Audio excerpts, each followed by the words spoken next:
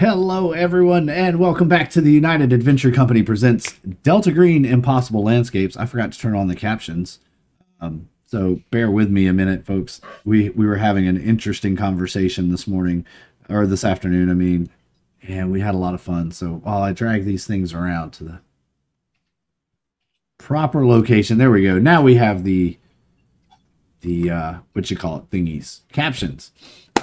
For those of you who might need them out there. People in the wrong positions. What? Need swap a nine and updraft. Yeah. Oh yeah. How did those guys? You can leave us exactly where we are because There we go. Don Miskell is the Unliving, so that's his real agent name. There we go. Thanks for. I'm everywhere and nowhere. Thanks. Now there we go. We've got everybody in the right place. We've got the captions.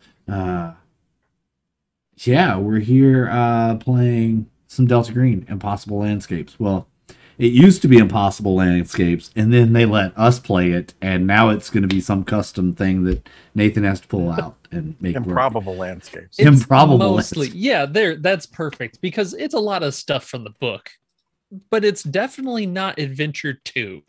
So put that right out of your noggin. We'll come back to it though, right? Yeah, I hope so. Otherwise, I did a lot of reading for nothing, I tell you what. Another one, even if we have to start with new characters and all that. Pick it up. So my next character, I'm really excited about him. So we have to play because I have to put him into play. I'm ready. Mm-hmm.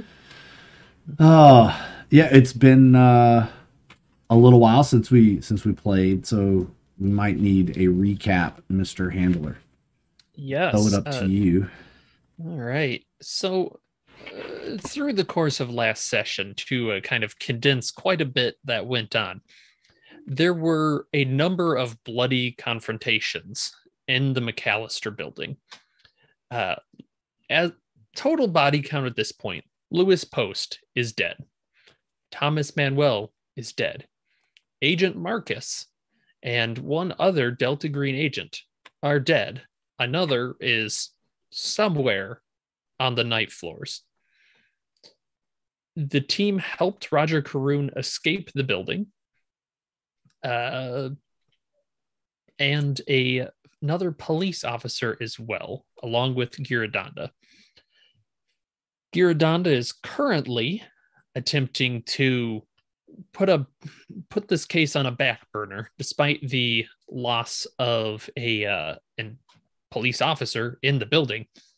But his bottle has been broken, so it is unclear yet exactly what that will entail. Additionally, the group has found a cave in the bookstore, in which they found Asa Darabandi and had a discussion about being able to escape the clutches of the King in Yellow. Asa seemed confident that he will be able to walk away and urged the agents with a letter from Abigail Wright to also walk away, to which they firmly rejected, saying that they needed to get to the bottom of this and resolve it completely. So unless I am missing something, I'm going to do a couple, just doing a check. You're all tired. Both Undine and Updraft have been shot pretty recently. It is a bit, or it would be about midnight-ish, you're thinking. Everybody's exhausted in this cave lit by flashlights on some Uzis that you have taken from the agents. The smell of animal musk is in the air. There is a blood trail that leads further in to the cave. We'll start from there. What are you guys doing? Where are you going?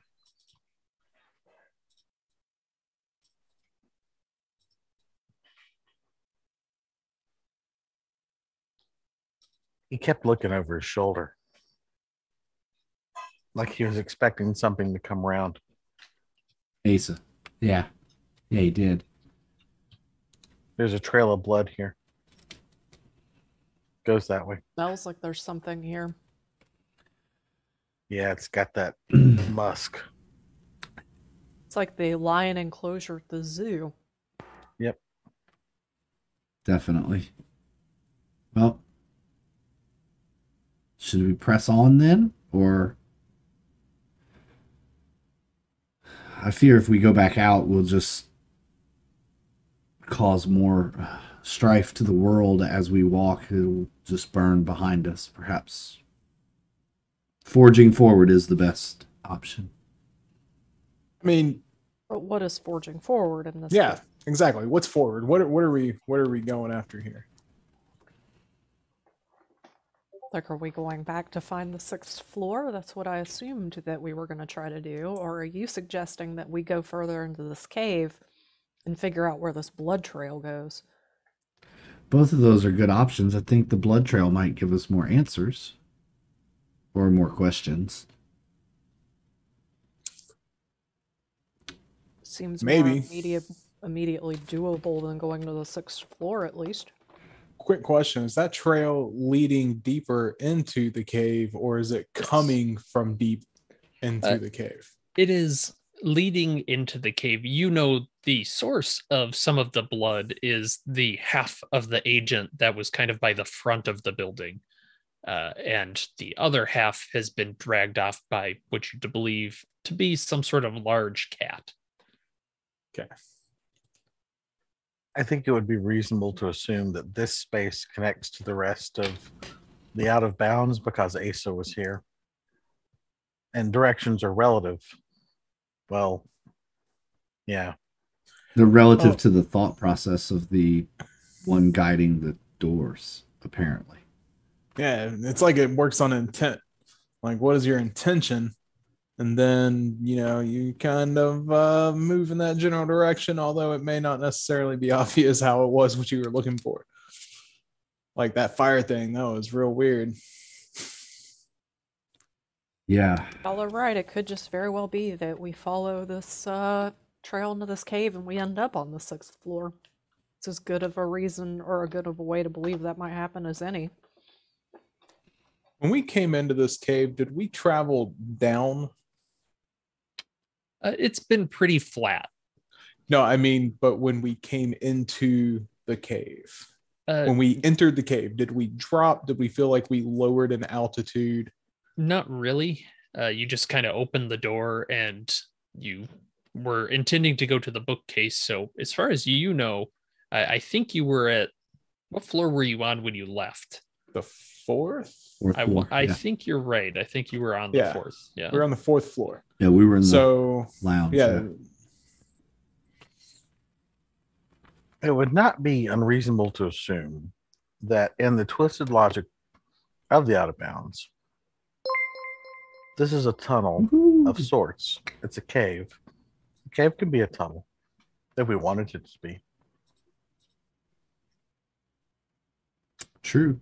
Thanks, LT, for the sub. Awesome. All right, so where we... That was Mark gifting a sub to Oh, was Lord it? Thorin. It only came up as LT subbed. Oh, it's Mark. Yeah, Mark gifted. Thank you, Mark. I'm not watching the chat. Thanks, Mark. Now, Gibbs Leela. Yes, give me your cat, Mark. Okay. we're Sorry. good. It's Mark's cat in the cave. That's what it is. We're going to have to fight Mark's cat. Oh no, a one-eyed kitty. Yeah, like my question here is my question here is our intent deeper in the cave, or do we just need to, because the cave is clearly part of this building at this point. Is the cave, like, here, basically my theory is the 5th floor following the trail of blood, or is the 5th floor knowing where the next stop is? Like, almost like if you think of these different buildings on the other sides of doors as like train stations, right? Yeah. So the 5th floor, like the 4th floor, doesn't actually exist because of the roof. But if the 5th floor exists as a different location, that's why we, like all the other idiots, like Mark, couldn't find the 5th floor. because we were looking for a Linear fifth path. floor that is linear and not. We ended up in this cave and we don't know. I mean, how does that door? What's that door going to lead to, versus what's deeper in the cave? If our Right. intent is to find the fifth floor, maybe this cave is like the stairwell, Yeah. No, you. and we're going Very to end good up like theory. Mark at the bar. A good theory. But we have no way to know. I'm sorry, I've Honestly. lost a lot of blood. I'm not sure if I'm making sense here. I could not be. None of this is making any sense, and I think that's as good of a theory as any. We've clearly been shown that there is no logic to this place, or at least not a logic we're used to. There's some sort of an internal logic, but So, is our intent to find the fifth floor, and is that on the other side of that door? I think if we want it to be, it is. And that seems to be where we're trying to get floor by floor, right? Fifth floor and then Yes, sixth what's on floor to the sixth party. floor? Because old Asa sure seemed like he was trying to lead us through that door, and I'm just saying, I've played that trick. I know that game. Game recognized game. You mean Asa leaving the bookstore through the front?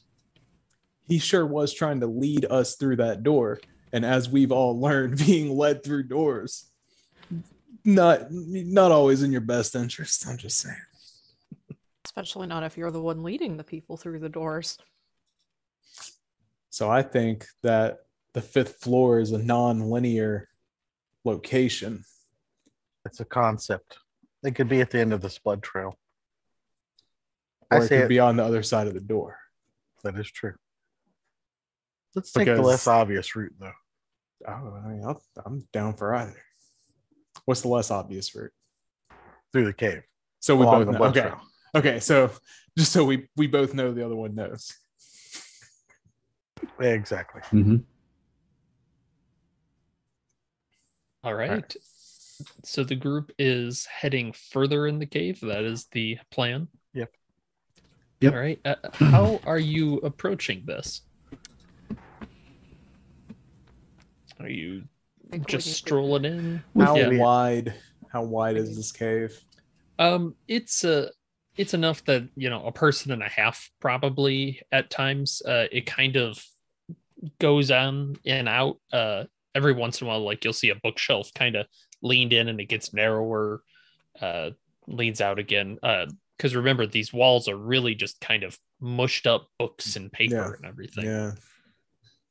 What's the lighting like down this cave? Is it just dark? Terrible. Yeah, there is no light except for the flashlights that are on the Uzis, which we'll say just because I was like, oh yeah, you probably don't have lights, so you got some lights on that.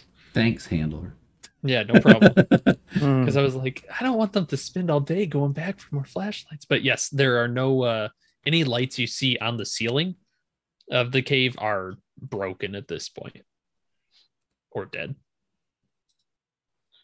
Of draft, one of us is going to have to be up front, and one will have to be in the back. I'm gonna look down at I'm in some bad shape. There is no like that out of character. There is no way that I would be able to be in the front. And so Updraft is gonna look at all the bloody holes and everything else. He does not appear to be all there. So Doc Ursing got me patched up relatively well. I'll take the lead. Perhaps we should stop and I should take a look at you before we move forward. maybe. You just have to be almost dead before you'll allow me to do first aid on you, won't you? Works best that way. All right, and I rolled a 73 out of 70, Wow. so that didn't work. Yeah, in fact, you're looking over Updraft. It's pretty bad. Like it's pretty bad. He's gonna need a hospital, or he'll be in bed for a long time. Just look Yeah. over it. We can do some home surgery. It won't be the first time. Don't worry. That's We got it. fine. It wouldn't be the first time I've done home surgery, performed home surgery, so if we have to, but I have to have tools. And they'll know that there's much I can do here. Can you walk? I'm fine. I can walk. I'm good. I'm good. I got a guy. You've got a guy. I'll give you Got a some guy. cookies. I don't see how giving him a cookie would hurt too much. Unless it's laced with morphine. I mean, whatever. I Then want you to can definitely walk. After I've eaten cookie. Like doesn't sniff it. Just at Careful this that point, doesn't fall back out. Can't hurt, blood right? loss. The chocolate chips come pouring out of the wound holes. Roll luck for diabetes. No, you guys all just get it as soon as you touch the cookie. Yeah. But all right, so it sounds like Undine is leading the way. Are you guys just kind of stomping in? You sneak in? Are you? What's kind of the plan? You leaving someone in front, staying together? Yeah, I'm on point, slow and easy.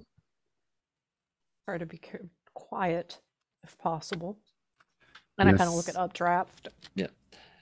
Who does? Yeah, as you're kind of staying together, who has the worst stealth? Not me. Oh, 12. I have base, so I have the worst stealth. Base. Okay. Yeah. None of us Go are ahead stealth. and can we have Updraft or not Updraft? Undine, go ahead and roll it, and then whoever the worst is, roll it. Oh wow. Oh no. I rolled 100. Okay. Yeah, Okay. I rolled a 52, so. What did you say?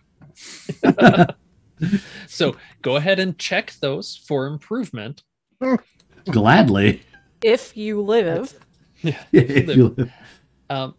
And what happens is, Undine, you exit out of one of these tunnels where it kind of comes in. The others are pretty close behind you, and your beam flashes to the left and right, and you realize that you're in a much larger room.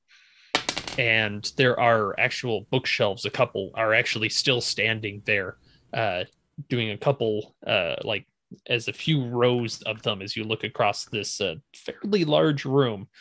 The books themselves are mush on the shelves, but you can see they were still there.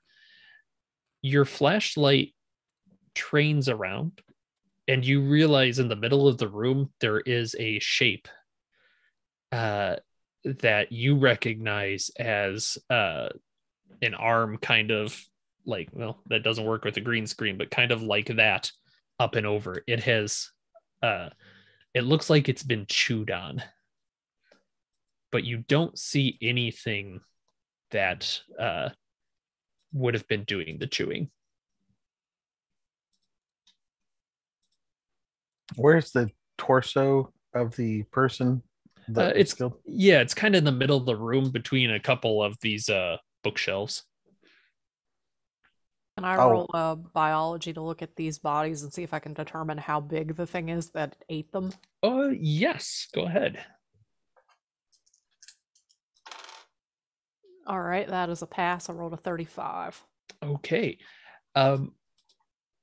It confuses you for a second because you're getting mixed sizes.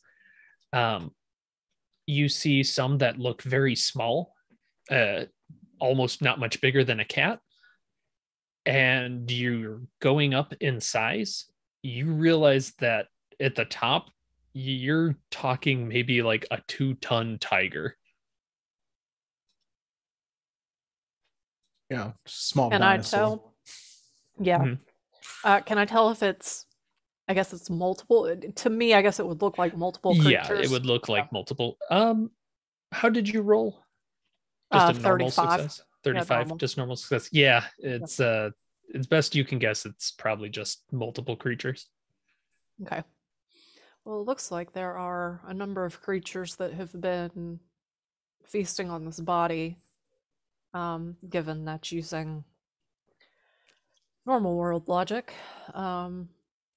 But it could be that we're up against more than one thing in this cave. And the biggest looks like it could be as big as a 2-ton tiger. Tigers A lot of tiger. get that Would his name be big. Tony? Would he be 2-ton Tony the tiger? He's great. Are you sure you're okay to continue? Do you need to sit down and... I'm fine. Did you actually give him Can the I- morphine? And just I so don't have we're any on me, or I would have.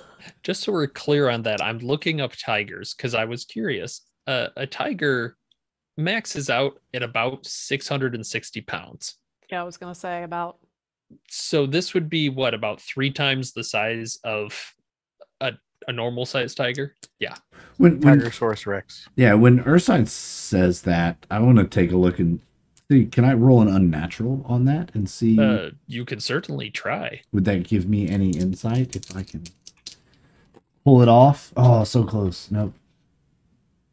No, Yeah. no luck. But You're not thinking of anything. it just doesn't. That just doesn't sound right. A 2-ton tigers don't get that big, dear. They're just. I know. Can everybody roll alertness? Yay. Ooh, I thought 9. 30 on a 30. 55. All right. 66, which is a crit fail. I failed. Look. Okay. So it takes some of the group getting in there, and then right in front of Agents Updraft and Unicorn, there is a plop. And when you look down, you see this red kind of pulpy mulch of a book. Like you can still see some letters in there. And it sounds like it fell from the ceiling. Well, that's gross. At least could have been worse. Will look up. I want to look Yeah. at the ceiling. Yes. I'll I guess point I it out didn't. and Yeah. and Yeah. I'll reach down right, for the so- book too. Yeah, you reach down and go ahead and roll a dodge. I'll give you a dodge on this one. Ought 6. At 6. All right. So landing in the middle of the group looks like it was aimed at Agent Unicorn, slams down this creature. And you might think giant tiger, but it looks like it's made of this gross pulpy paper. It kind of shifting and very wet, and it turns its head to look at the group. This thing is completely silent, and you realize its face is just more of this mush with broken glass and nails just stabbed through the covers of books, just these old leather-bound books. And it slams into the middle. Go ahead and who's first on Dex order again? I probably should have this written. I am. Not me. I think I am. I'm 13. I have I'm 11. 12. 10. Yeah, that sounds right. Yes. Go ahead, Undine. You are up front, kind of a little further into this room. Do you want me to act or dodge? Act. All right, so I see the nails and stuff sticking out of its face, and I realize it's not really going to be too impressed by bullets. Not really carrying anything else. Their bookcase is standing behind this, correct? Yes, correct. And feasibly, it's massive. Well, I don't really have anything else creative that I can use, so I'm going to go ahead and let loose a stream of fully automatic fire from the Mac 10. All right. Yeah. Why don't you go ahead and roll it? Okay. He fully doesn't expect that this is going to actually hurt it. Let's see. Roll lethality. But, No, you but got it. I'm telling myself it is. Let's see. Yep. I have a 32 out of 40. All right. Yeah, your shots thud into it, and your suspicion was completely correct as kind of the muzzle flash lights up the room, and you can see the bullets just kind of splock through it, and little bits of paper mache come out the other side, but it doesn't seem phased at all. We got to burn it somehow. All right. Next up, I think I heard a 12 in there. Yeah, that's me. All right. So, as far as what I have on me, I don't have anything on me that I can use to set it on fire. However, after seeing what Undyne has done and hearing what he said, I would agree. Shooting this thing probably is not going to do much. So, Actually, I completely forgot, so I feel terrible. Can people do a sanity check real quick? Oh, We feel That- terrible. we were Yeah, hoping no, you we were going to can't. just let that roll and not. Oh yeah, I made it. About time. Crit gosh. success. Nice. I get sanity back, right? That's how that works. I get to check that box. And then I No, roll but a you dice. only take one. I passed. Pass. And I fail. All right, roll a d8, Agent Oh, Undine. crap. Okay. Yeah, Okay. everybody else take One. one. Okay. And don't forget you can offset to bonds if you need to. I'm going to need my bond for some medical care, for some health care after this. Shit. Try to not mess that up. Yeah, I'm going to push that off onto my husband, Clifford. Clifford Huxtable. He's already Yep. he's already 5 in a points. bad state. So. So go ahead and roll a d4. And you Five? will. Did you say 5? I rolled a d8. Ow. Yeah. Ooh, And that Would you pushes like me to- below my breaking point. that's a fight, That's flight, a- or freeze, too. That's Yeah. a temp insanity, yeah. Yeah, unless you offset to a bond. And that's the one where you roll a d4 and take that much off the sanity loss. You got to spend a willpower, roll willpower. Gotcha. Yeah, well, Success. you lose as much willpower as the d4 is. So it's Yeah. worse than just spending. But that's what I'm saying. But you got to, because Yeah. you got to pass the test, and then you get to roll the d4. It costs I- 1 to take the test. I think I'll just take the temporary insanity because that's kind of where he is right now. Okay. All right. And just to kind of keep with it, it sounds, why don't we kind of keep if it works for you, you get the red mist kind of feel for it. I would just dump the mag screaming. Yeah, because that's where you were, shoot it anyways. As the gun clicks dry. Use the hot barrel to light some. Well, I don't think there's anything dry here, but Pull a 1930s villain and just throw the gun at him when it's empty. Nice. Sorry. So going back to Agent Undine, apologies, or sorry, Agent Ursine. Now that you know, you're completely sane. Yeah. All right. So is there anything else that I see around here that, maybe littered on the... Actually, we're still really close to the bodies, aren't we? Or to the body? Yeah, you could get to the body in a quick run. All right. I'm going to head back to the body because I want to see if it's got anything on it that I might use to create fire. All right. Run. So you're running to the middle of the room. Go ahead and roll a luck check. Nope. Nope. Yeah, you're feeling through the pulp of the human pulp that is this agent. You can just see the eye kind of looking at you lifelessly. He was not a smoker, and he has nothing in his breast pocket. So you're looking through it. I believe it would be Unicorn then. Yep. The bookcases. This thing is right next to you.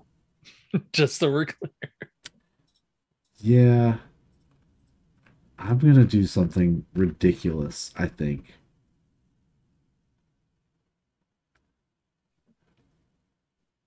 I'm gonna knock this thing right in between, just melee punch right between the eyes.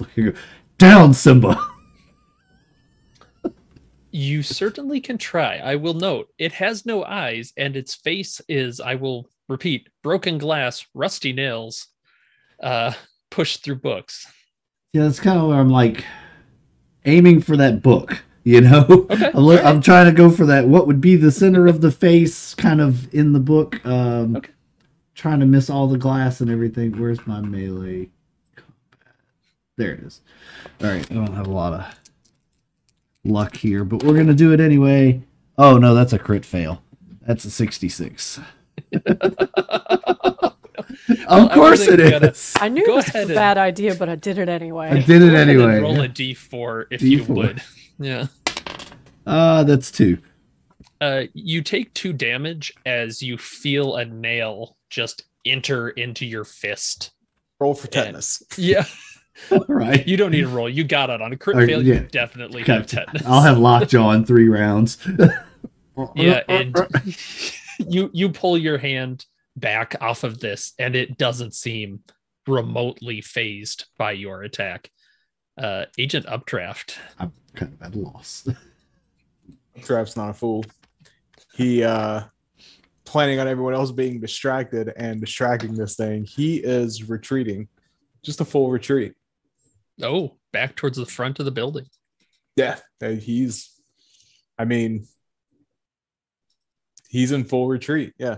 There's nothing he can do. He doesn't have anything on him. And he's not fast. So Not fast, he's half fast. All right. So it goes back. Unicorn, you look around because you were in the middle of the group. You see Agent Undine is spraying this thing with bullets. Agent Ursine has run to look for help. Agent Updraft has just run, and this paper tiger is just lifting its hand up. Well, paw, hand. It's not quite clear, but it looks sharp as hell. What would you like to do as it's going to try and attack you? I'll try to dodge it. All right.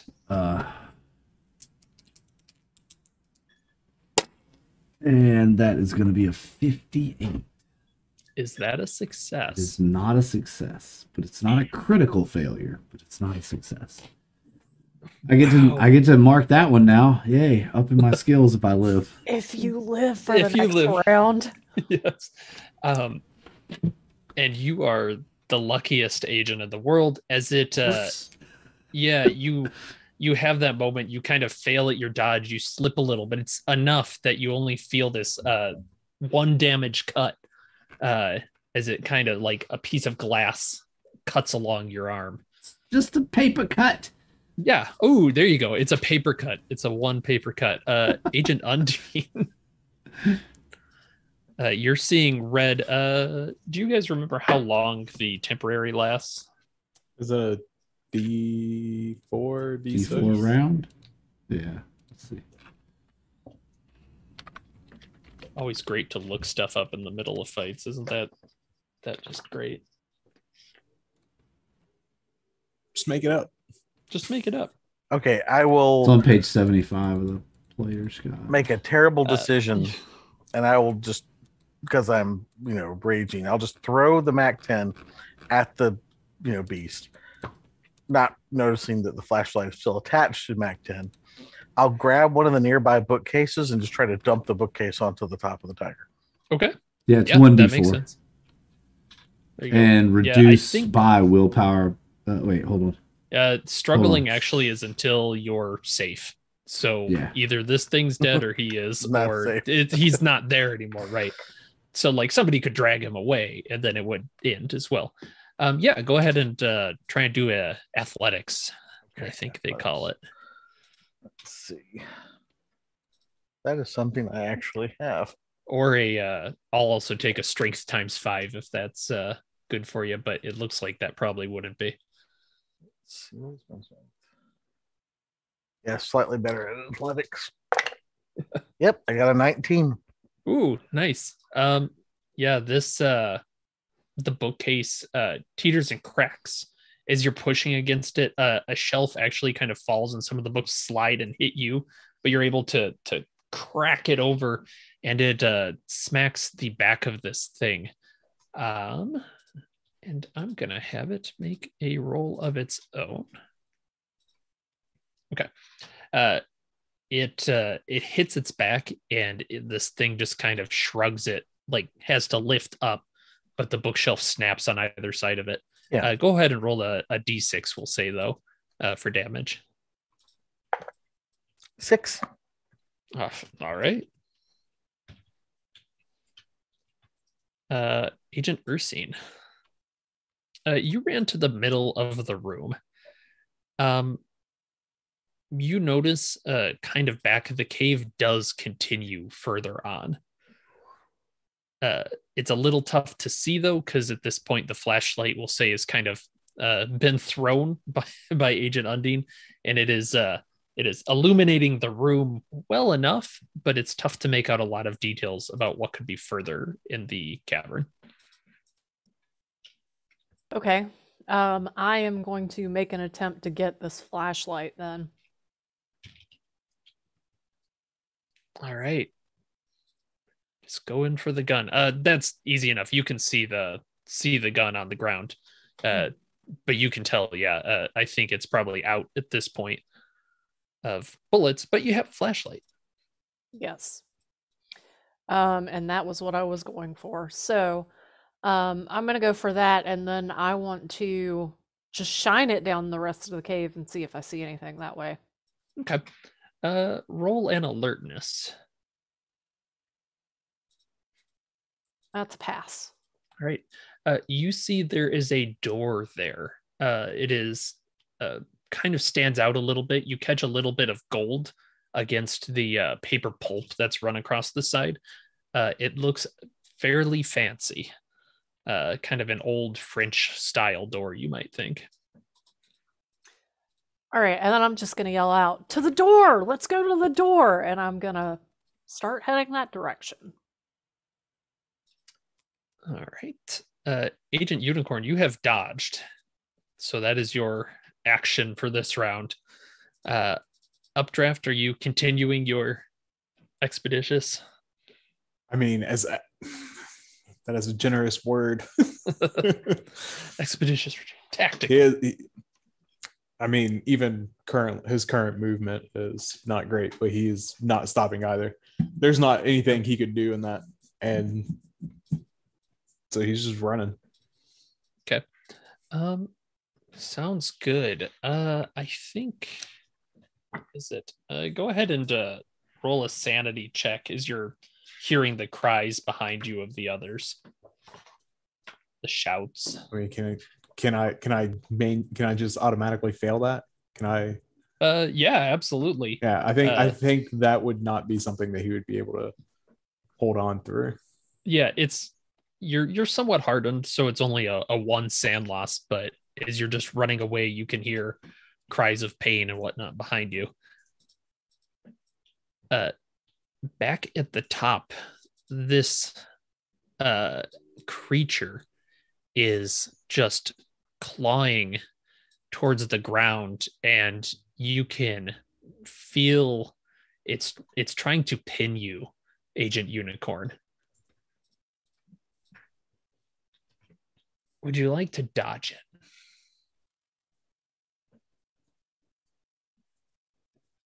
I'm trying to remember. There was something that happened earlier on. I can't remember what it was now. Yeah, I'll have to dodge. Or what's its under? If it's kind of trying to come on to me, what's its underbelly look like, real quick? You're getting flashes of more of this kind of almost like paper mache mulch to it. As you kind of look at it, you can see the pages kind of squish and move, contracting with the muscle. And there's some like that falls off, but it doesn't seem to be minding it. So I could dodge or fight back, right? Correct. Yep. I think I'm going to fight back. I'm going to try and kick this thing right in its belly. All right. Gran ain't going to take it laying down, literally. Oh, no, Gran, you suck. That's a crit fail. 55. 55. Oh. Well, the good news is it must not have been expecting that, because your foot smacks into its undercarriage as you fight against it and gets stuck there. you can feel its body kind of contracting around it, but it misses with its claws as your foot is just kind of engulfed in this thing. Uh, Of course. Agent Undine. Gran's gonna get killed by a paper mache dragon tiger Paper thing. tiger. Yeah. All right. So no weapons at hand anymore. Gran's foot is caught in the thing's stomach. She doesn't seem overly concerned about this, though. Kind of expected it. If it's my time, it's my time. All right, so I'm going to reach up and I'm going to grab my iron nailed cross off my neck, snatched off its band, and hold it in my hand, kind of like you would use keys to stab someone in the face with. Mm-hmm. And I'm going to try to punch into the side of this paper tiger. I've got a crazy plan. All right. Go for it. It is currently not paying attention, so it's not going to try and dodge or anything. Right. Let's see. That's hand to hand, or what's the first aid? Unarmed combat, 40%.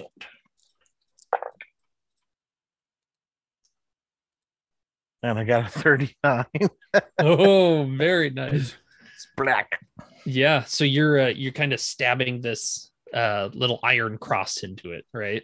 Yep. Yeah, go ahead and what are we feeling? Let's do a D6 on that. Okay. We'll Trying treat to it as get my kind of a arm small into knife. it. Oh, 2 points of damage. Okay. Yeah, I'd say then if you did that, especially with that, you kind of feel that moment of puncture, and then yeah, you can get some of your arm into its side. Agent Ursine, you've got a gun. Now you have a gun. Ho ho ho. A gun without bullets. So A gun. useful. Yes, correct. It's a hammer.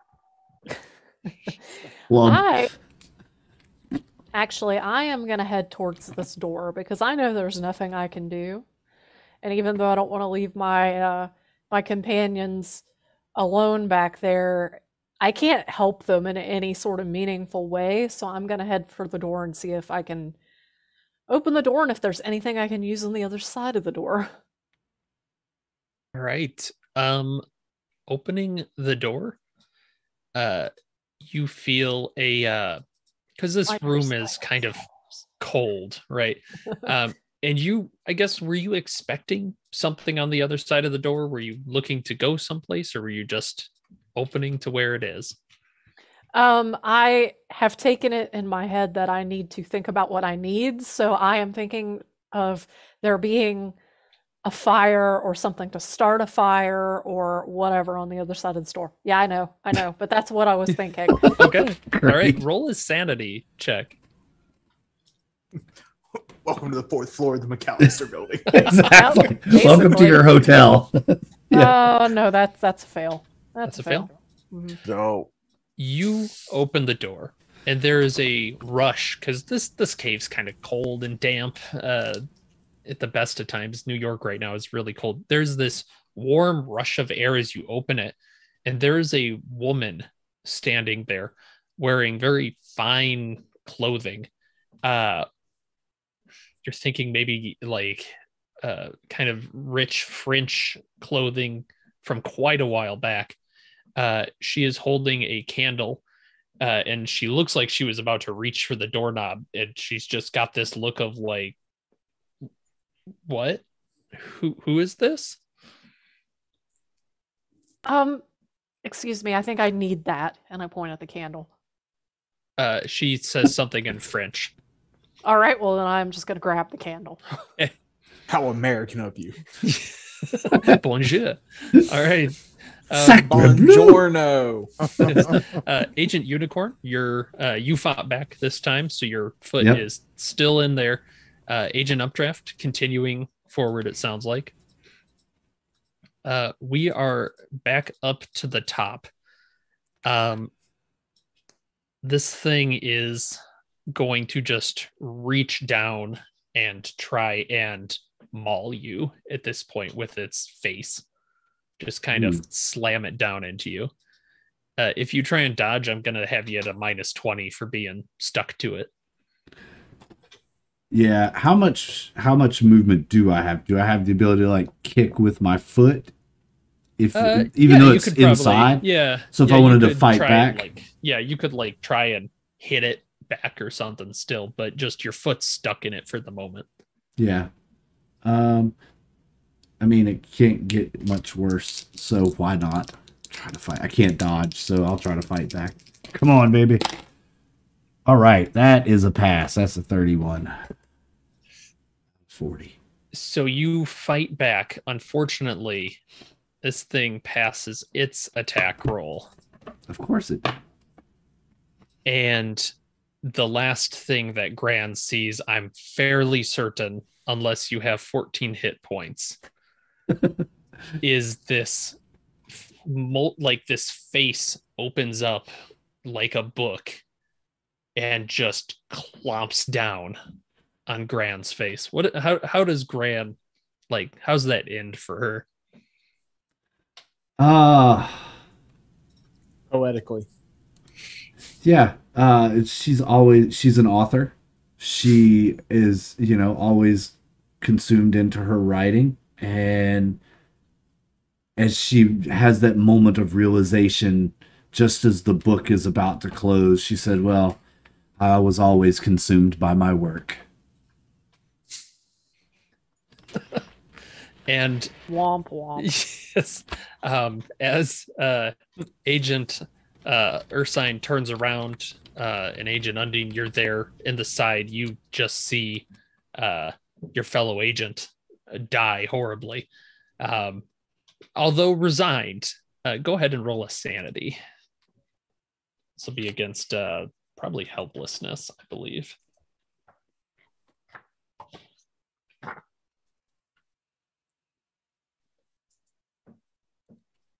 Oh, you probably can't hear me. I rolled a 07. I'm Nice. very, very, very angry. Oh, yes. I rolled a 68, but I have 68, so that's a pass. Yeah. All right. You actually don't lose any sanity for that. All The right. pun is so bad, you're groaning. It's like, oh, Fine. You're like, no, she deserved that. consumed by your work. Really? That's what your dying words are? Yes. Right? All I was right. trying to come up with something with squatching for you. Oh. All right. With that, it is Agent Undine's turn, and then we'll go to Ursine. Taking my free arm, I plunge it into the torso in the hole that I've created. So I've got Okay. both arms inside this thing. You want athletics rolls? Or No, you had already gotten one in. I would assume it's pretty easy to get the other. I'll probably have you do a roll with whatever you're intending to do. I'm the cat now. Just burrow inside it.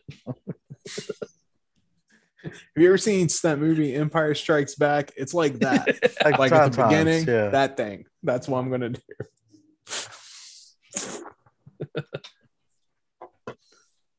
All right, so the plan here is to basically shove a large part of my upper body into this cavity and try to rip the darn thing apart. Now that I'm All right. inside, something's holding it together. Respect It that. is, as you're like kind of pushing your other hand into it, it is, I mean, it's like pushing yourself into an animal made of pulp or whatever, of its insides don't have organs in the same kind, and you just still have kind of that ripple of muscle.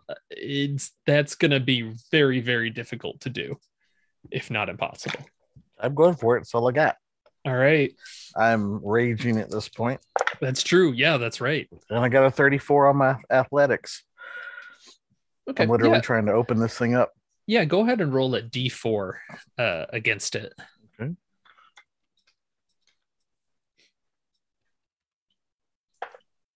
Got a 2. All right. Still got the Iron Cross in there somewhere. Yeah, the Iron Cross is you're kind of pushing with that. You're pulling out chunks of this as you're just kind of stabbing into it. Agent Ursine, you have the candle. All right. Well, I'm going to see what is going on here. And I am going to...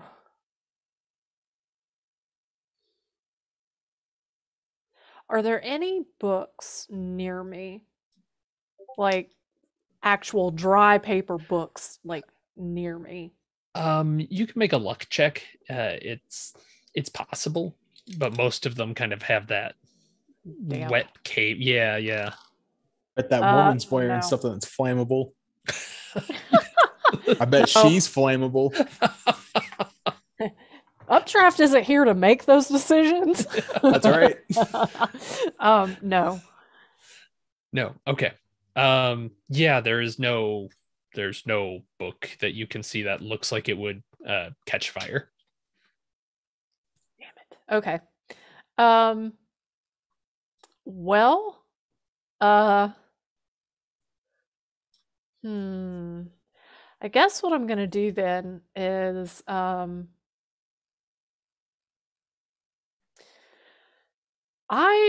think I just gotta go through that door. I don't think there's anything I can do. Unicorn is dead, and Undyne is halfway into this creature, whatever it is, and Updraft is just straight gone. So I'm gonna go in the door, and I'm gonna turn around and shut the door behind me. Walk back in. I'm finished with your candle, ma'am. Yeah. Yeah, I'll just give it back to her at this point. Like I thought I might be able to use this, but I can't. Here you go. You shut the door behind you.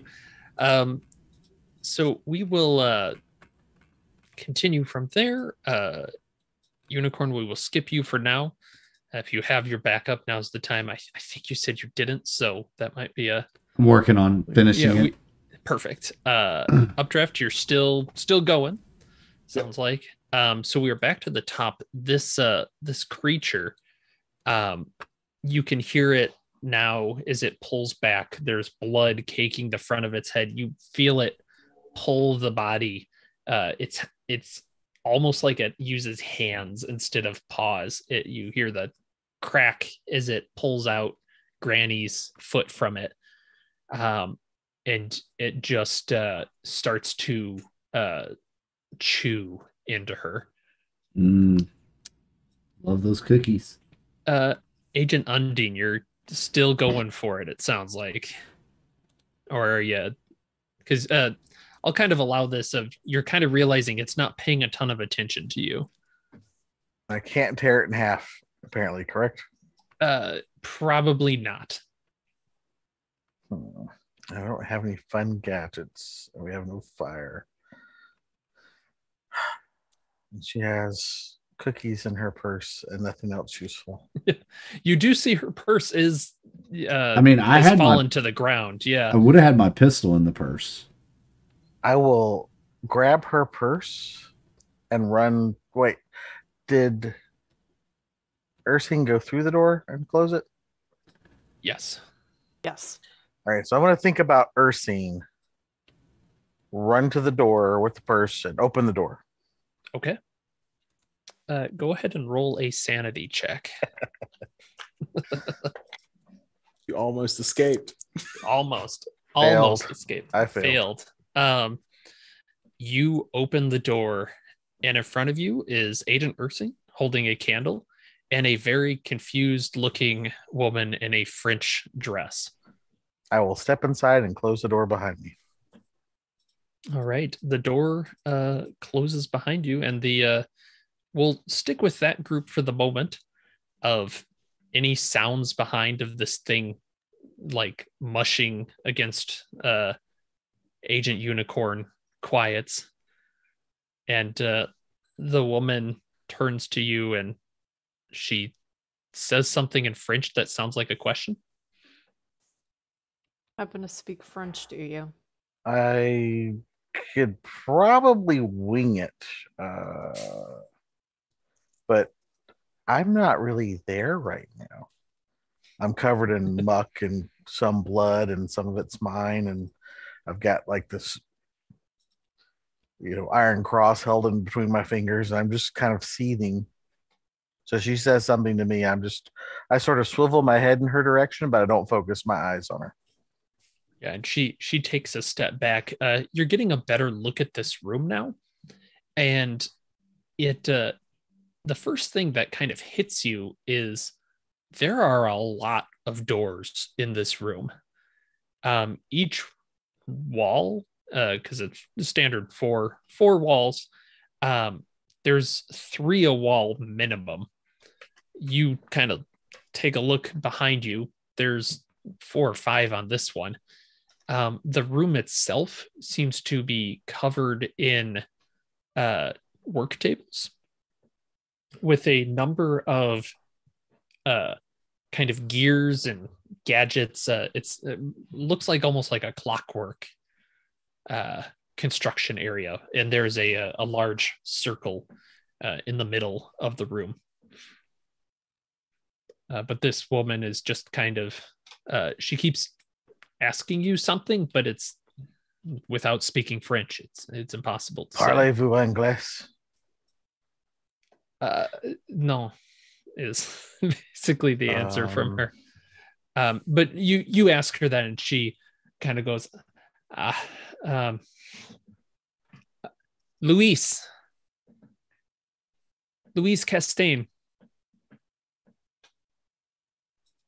I point at her. You're a Castaigne? Oui, Castaigne. I'm gonna approach the work tables and kind of take a look at them, and then I'll look at her and say, Luis, and and then point at the work table. Anya. Shrug, like, what is this? Anya. Anno? Is that the year? Yeah. She says in French, because I don't know, 1402. And I'm trying to I'll take a minute to put that number together in my head and make sure she didn't say 402. Yeah, she kind of realizes as you're putting it, she actually writes it down. And you can see that my jaw just hangs limply. Yeah, she looks over to Agent Ursine. No. No.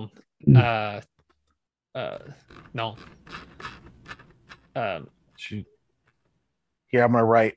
I'll write the year that I'm from underneath hers, and I'll point towards me.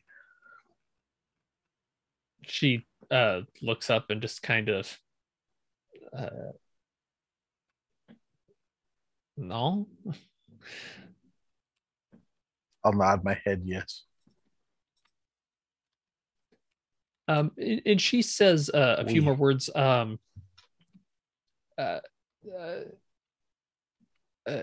you get the impression she's going to go look for a man named Augustus. Augustus. Okay. Oh yes, we had his book. Yeah, and Agent Ursine, you are you're walking around. You see the center of the room.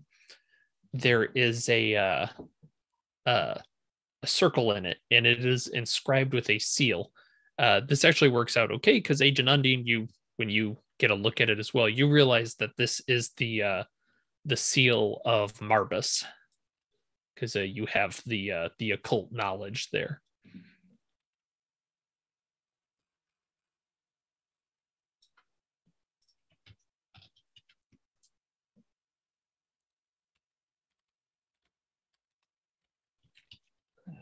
I do not have that image, but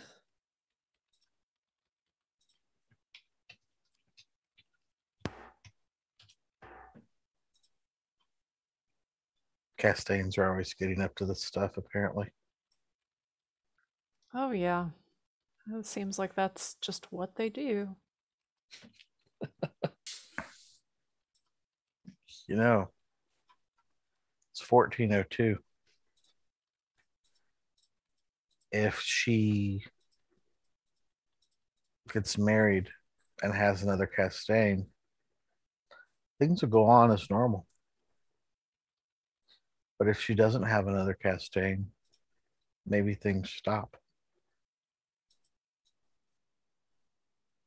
Somehow I feel like that's the logic of this place wouldn't allow that to be the outcome.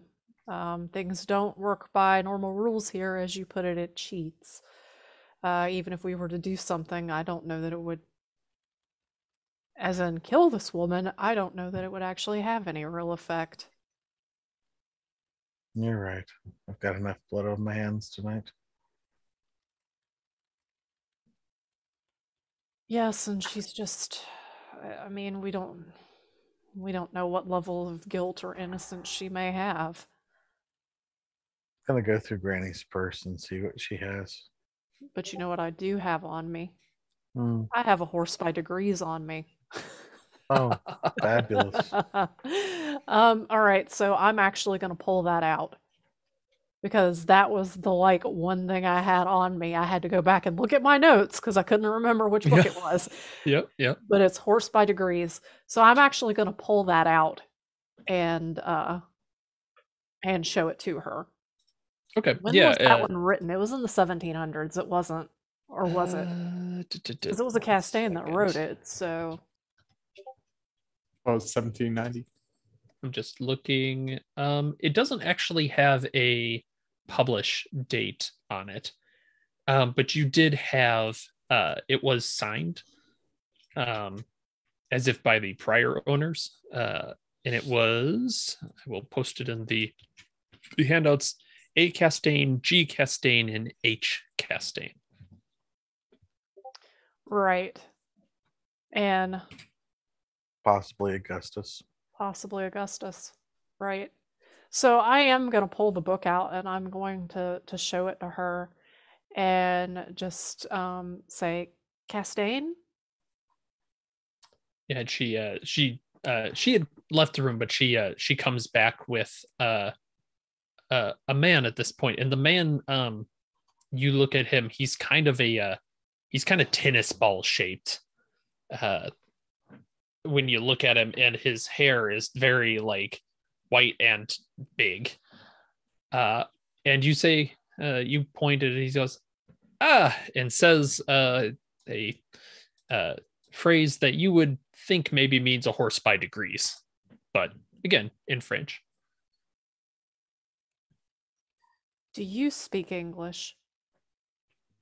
Very little. Very little. Did you write this book? Or rather, diagram out this book? No. Who are you? My name is Julia. What's your name? Augustus. Augustus. And he looks to Agent Undine. My name is Don. Pleasure. Are you? And he looks at his wife before he leans in. Are you demon? No. Demon? No. Oh. We're from, and I point at the date under her 1402. And then I'll pull out my pager and I'll light the LCD screen up. And then feasibly it has the date numerically. Mm-hmm. So, you know, it's got an order. The date would be listed backwards from European format. And 1402, he takes the pager. If you offer it, he's kind of looks like he wants to get a hold of it. Sure, I'll give it to him. My son Gabriel would really like this. Oh, I do need it. I just wanted you to see that we were telling the truth as to when we are from. I'll point again at the date. Yes. Like Marbus. Is Marbus Marbus is here? a demon. We. Oh boy. So you've been working with Marbus. I mean, this is his seal, correct? Son more. Oh, so your son's the one working with him.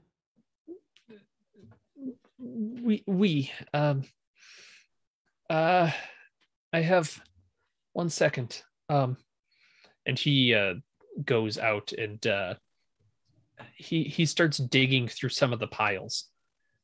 And he brings out a book that you see is a nice red book.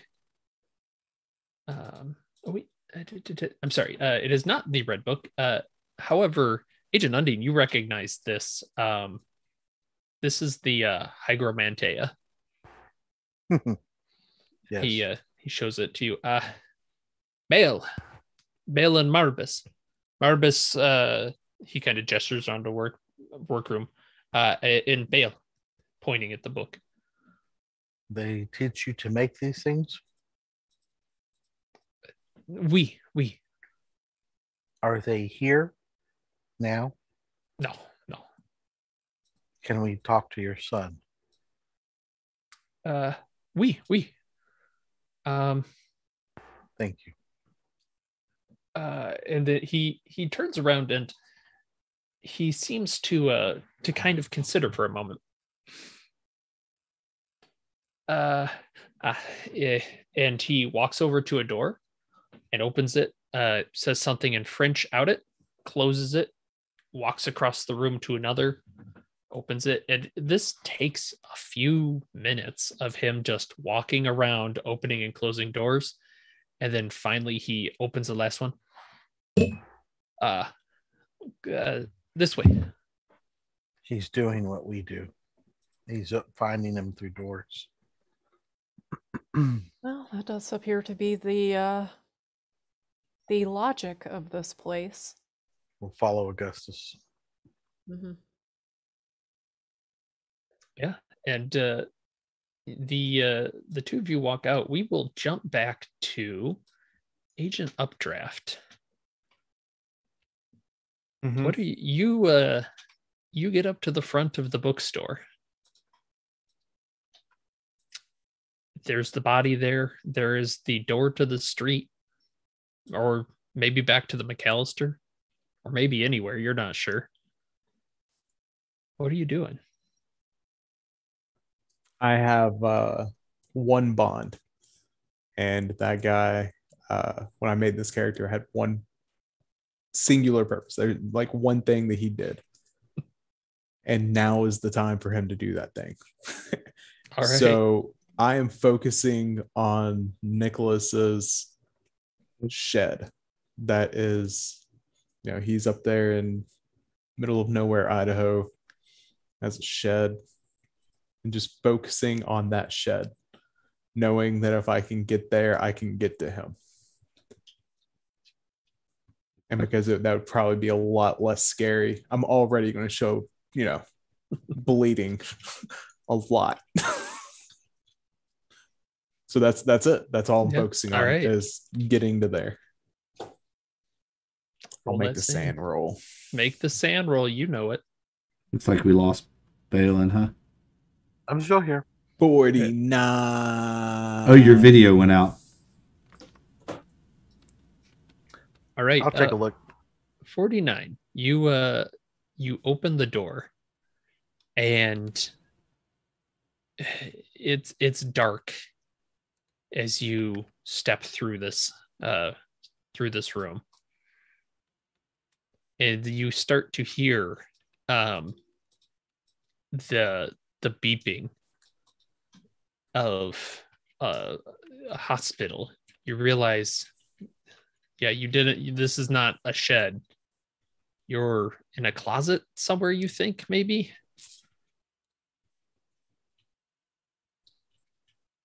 Sounds like it might be a hospital outside. There's scrubs or anything in here? You can go through. You find a light. You're kind of hitting stuff, and you realize you're actually in a bathroom. One of those that they would have off of a room. Does it look like any? I mean, what is the bathroom? What is there? It looks like toiletries out, or there? Yeah, there's toiletries out, and like you could grab the toilet paper if you wanted. It does look like someone is just arrived. Like you're not seeing like a lot of used like toothpaste or something. Like this is someone who just got admitted, maybe. All right. But there's okay. So with that,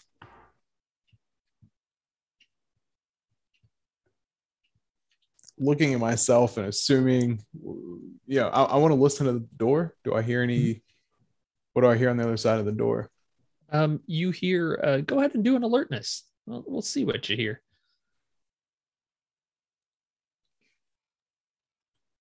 65 on a 55.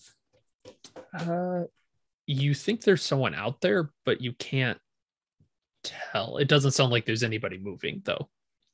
Like there's no footsteps. Okay. Not in a lot of great shape. Not feeling super safe.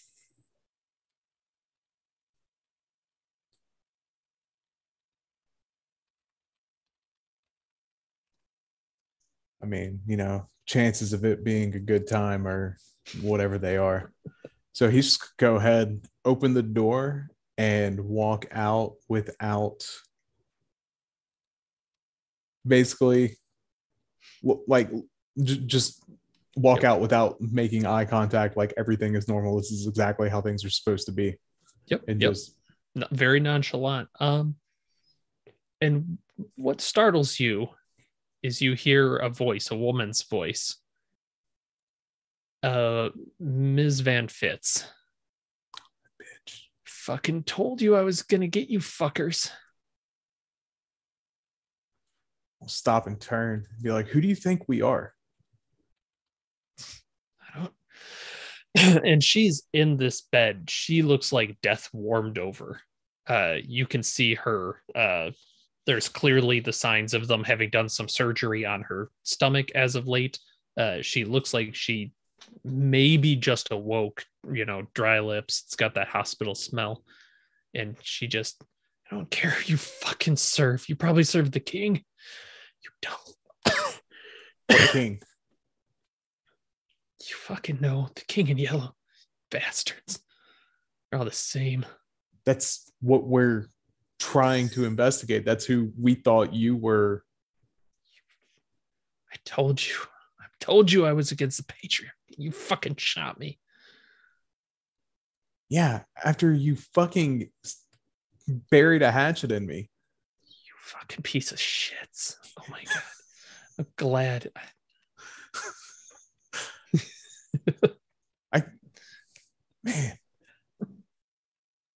Man, just blown away. Updraft is just blown away. Like he is very self-invested, very self-interested, and he is just, and he knows it. But even he is taken aback by this.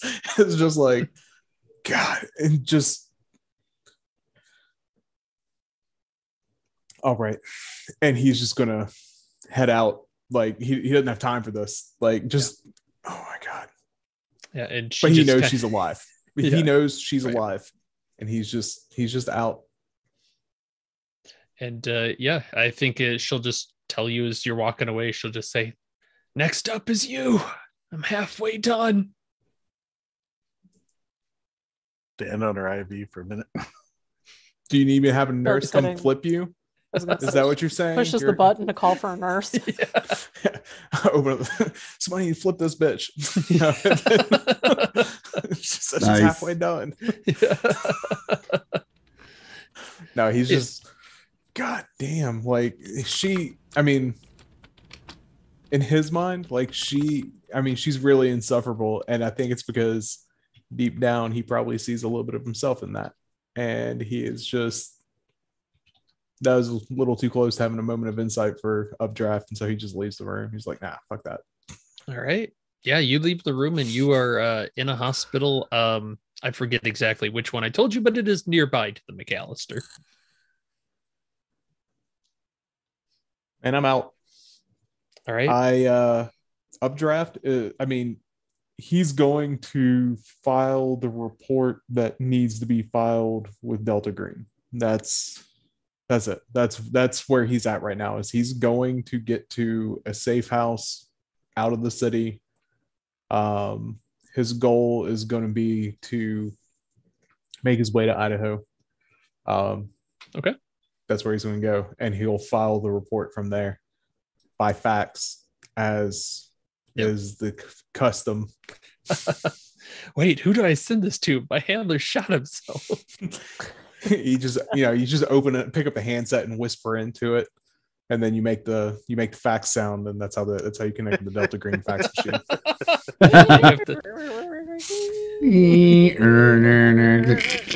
Wait, how many? Okay, perfect. So if I'm reading that right, Updraft is removing himself from the situation for the time being. Yeah, I mean he's really got to work on himself. He needs some self-care time or self-development, namely getting some of these bullets out. Surgery. Yeah, right. Okay. Why don't we then jump to break as we see Updraft basically hobbling his way out of this hospital, assuming he hid the gun somewhere, as such as it was not immediately obvious to all the passing nurses and whatnot. Yeah. Hid that, hobbled out. He still has his leather, carrier bag with 2 books, or 1 book, because I gave one of them away. Mm-hmm. Yes. And yeah, he would take a direct flight to Idaho, or as direct as you can get to Idaho in the early 90s. I mean, yeah, it's still nothing direct to Idaho. You still have to go through Denver, and it's 2021. So I just flew to Idaho a couple of years ago. I take that back. There's 1 direct flight from Atlanta, and that's Alaska Air. If you want to pay an extra $400. All right. Yeah. Sorry. In that case, that's perfect. So you kind of got out of there in the middle of the night. You're going to the airport pretty much directly. And it takes a bit to get an airplane. And while you're waiting, they have, the TV banks, and a news report comes on, kind of like breaking early morning news, is that apparently they have found the bodies of Thomas Manuel and Officer Tristan at the McAllister building. It appears there was a couple scenes of great violence, and it's making the rounds of the news because they can't find anybody else in the building at all. And you see some, it looks like some news people got there before any of the officers. You can see them going through the hallways. The door to Abigail's apartment is open, so they kind of do a quick sweep of that. You can see the room itself there as they're walking along. They're focusing on blood splatters here and there. They try and keep it like, this is sensitive, but also look at this blood. Holy cow. So there's a bit of sensational. There is a talk around town is that 1 officer dead, 1 missing, and the leader of their group is not communicative at all. Oh, okay. I guess we're gonna jump to a break with that. Yes. That breaking news, and we'll be right back after these messages. No, sit tight, folks. We'll be back. Give us about 10 minutes, and we'll be back. See you soon.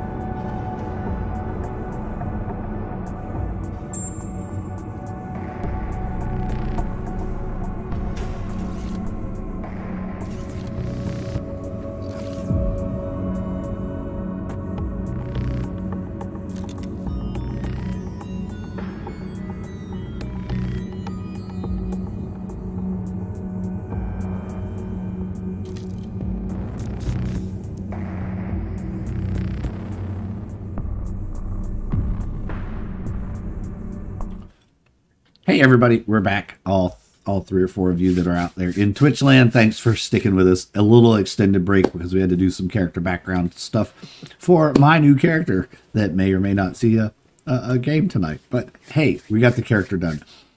So we're gonna jump to France, but don't forget, if you like the game, like our channel, go ahead and hit that that follow button. Give us some follows, give us the subs, and go watch us over on the YouTube and catch up on everything that you've missed. Forgot to do those announcements at the beginning. So stay tuned at the end of the stream. Don't go away just when the story's over. Big announcement about tomorrow, Thanksgiving Day. So, but I think right now we're going to take a little trip to France. All right. Yes. And we will regroup with Undine and Ursine. Ursine? I'm never going to get that right. As they follow the Castaignes, Louise and Augustus, through the door that he opens, and you stand atop a large stairwell that goes down, and you see at the base of it there appears to be some sort of party going on. You realize you must have been on the second floor, and Augustus goes, find Gabriel. Gabriel, and you can see is you kind of have a look down, is that there's people milling around this finely built room, kind of like the ballroom, I guess you could say, and set throughout it are these contraptions of some kind. It's difficult to tell for some of them what the exact purpose is, but some of them are more humanoid. They have some kind of movement to them. They look like a person. There's a very small one that looks like a child. And they're kind of, the crowds are kind of looking around these clockworks and just marveling at them. And they're all wearing these masks. It's a masquerade ball kind of situation. And you're looking down at this festive attitude, and you're once again reminded as you look around, this building is strangely constructed. It is full of doors. There's no wall that does not have a door.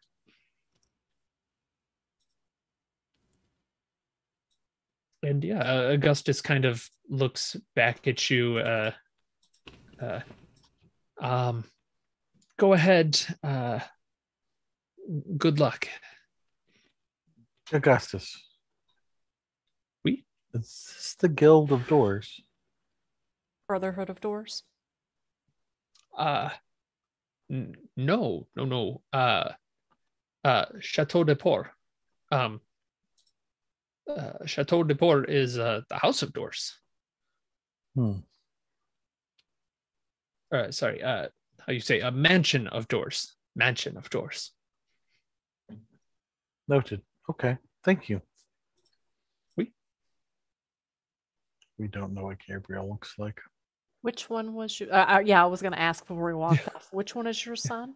And he looks down at the crowd, and he points at someone that has the same basic body shape as him, but his hair is a much darker color. It kind of has this, it looks untamable on top of his head, and you can see he's talking animately, like to someone, while gesturing at this mechanical contraption in front of him.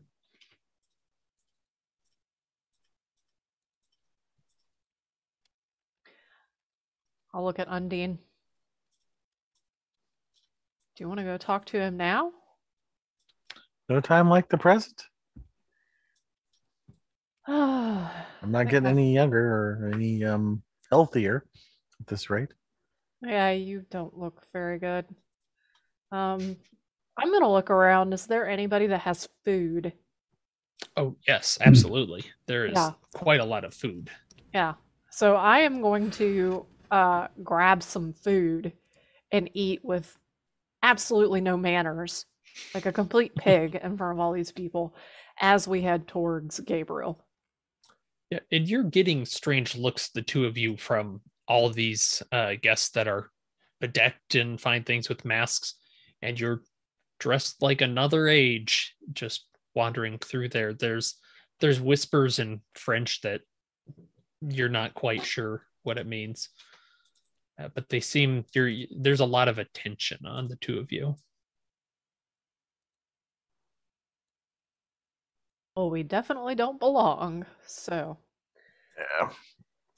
all right. So I think I would want to start by approaching and kind of watching and listening, even though I don't understand French, to see if I can kind of get a feel for what he's showing everybody and talking about. Because would it be correct to assume that he's kind of presenting? Is that what's going on here? Yeah, correct. Yeah, he seems to be showing these off,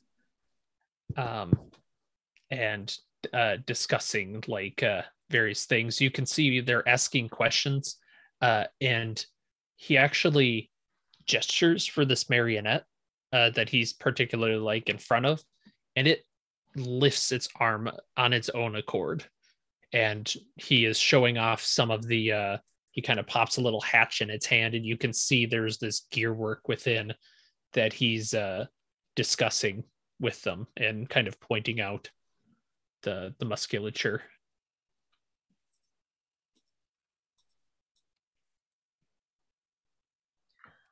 All right. I think that when there is a natural break in, between people or whatnot, I would approach and just say, this is quite a magnificent piece of work you have here. English. Yes, thank you. Absolutely. I appreciate it. And he kind of looks down and notices your different look. I'm sorry, I didn't realize the fashion had changed so much. Gabriel Castaigne, pleasure to make your acquaintance. Hi, yes, I'm Julia. Yeah, we're from 1995. Somehow I feel like that's not going to be a huge shock to you. It's there are many miracles to be found in this house. And where are we exactly? Your father said it's the Mansion of Doors, but could you be a little more specific? Oh yes, it's my my father's estate. I mean mine now, I suppose. But yes, it's the Chateau de Port. It's in Reims. Ah, okay. Yes, it was built. When was it? Sometime 11th century, I think. It's been in the family for quite a while. Probably still is. That would be my take as well, based on what we've seen. There's a lot of Castaignes. They're still very much prevalent in our year. I'm pleased to hear it. You're not getting the impression that he completely believes you, but he's humoring you. Oh, here. I'll show you my pager. There's the date. Oh. You push that small square there. Yes. And he starts. So, were you a friend of Marbus? I wouldn't say friend. We're aware of Marvis. We were investigating something that Marbus was involved in. In our time, there is a building that has doors to places that shouldn't exist, if you get my meaning, and that's how we ended up here through several other misadventures. Yes, my father was very much into that sort of thing. Yes. Gabriel, have you read The King in Yellow? I'm afraid I'm unfamiliar with that. No.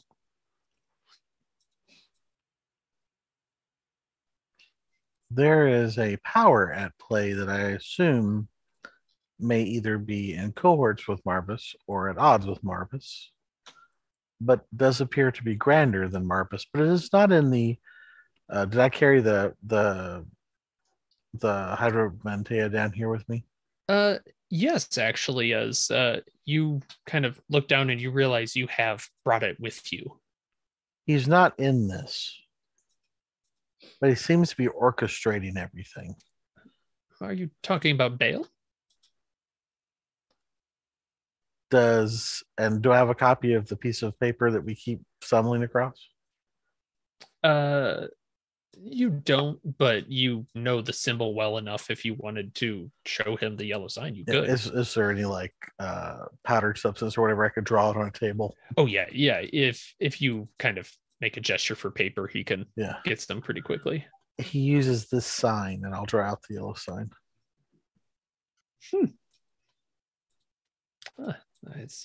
I had not seen this before. He kind of lifts it and looks at it. Well, you cannot unsee it. Yes. I think I have a work of yours here with me, and I'll pull out A Horse by Degrees. Oh. Wow. This is interesting. Yes. I remember reading through this. It was a gift from my father. Oh, so do you know who created this book? I mean, it's mostly diagrams. I say I'm writing the book, but I wish I could say. I don't know, but I used a bit of it for sort of studies and whatnot of musculature. If you compare that to my contraptions. So, are these contraptions things you built for Marbus or for Bale? I don't know that's. No, I didn't build them for them. I learned. I mean, I obviously I learned from my tutor at one point, but I also learned a fair bit from Marbus about the workings of machinery and clockwork and that sort of thing.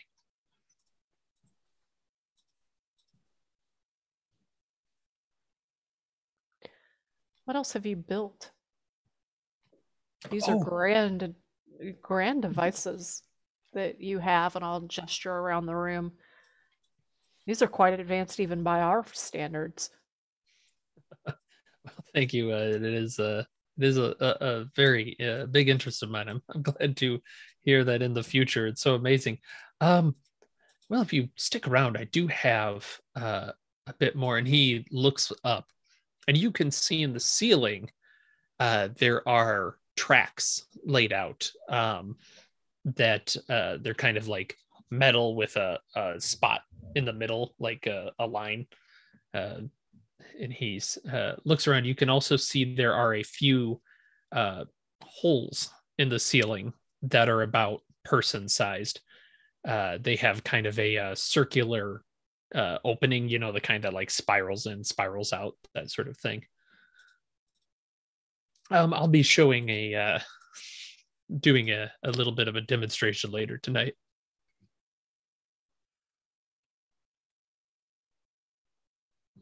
But I mean, I can certainly show you some. This one is obviously more of a. I think it might have some use in like acting, that sort of thing. Kind of a moving person almost, and he's gesturing to this marionette behind him. It can move on its own. I have I'm envisioning a day where we no longer have postmen. We all use my children over there, and he points to this little like doll-faced contraption that's going around. It looks like it's actually serving drinks at the moment, but it could deliver letters or anything. I have a lot of plans, but this is really the first step. Your plans come to fruition in time. Are they intelligent? No, they just follow like a script. Now, what comes to be is not as aesthetically pleasing as these, mind you, but Well, the French have a way, you know.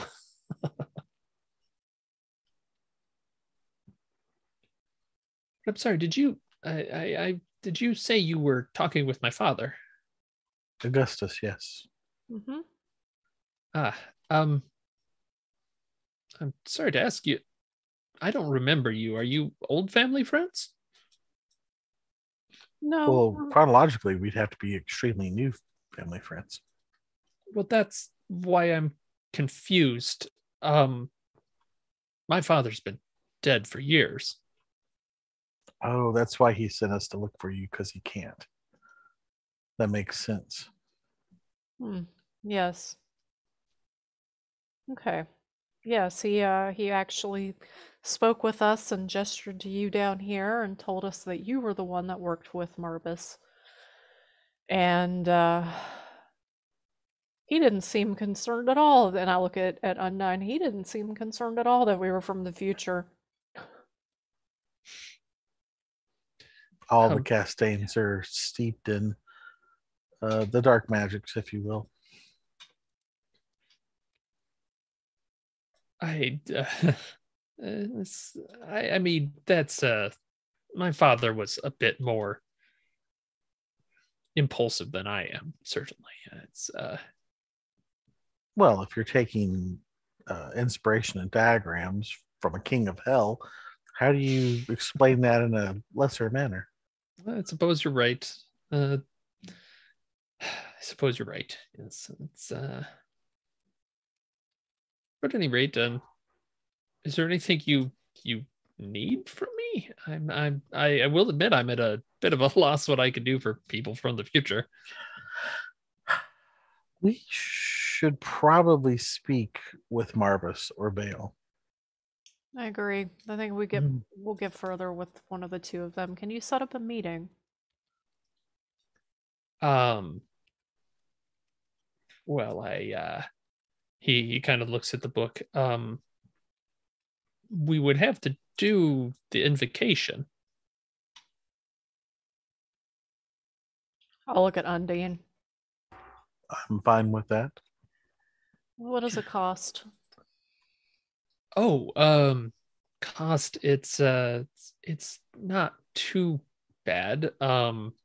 There is a bit of a ritual involved that we'll need to do.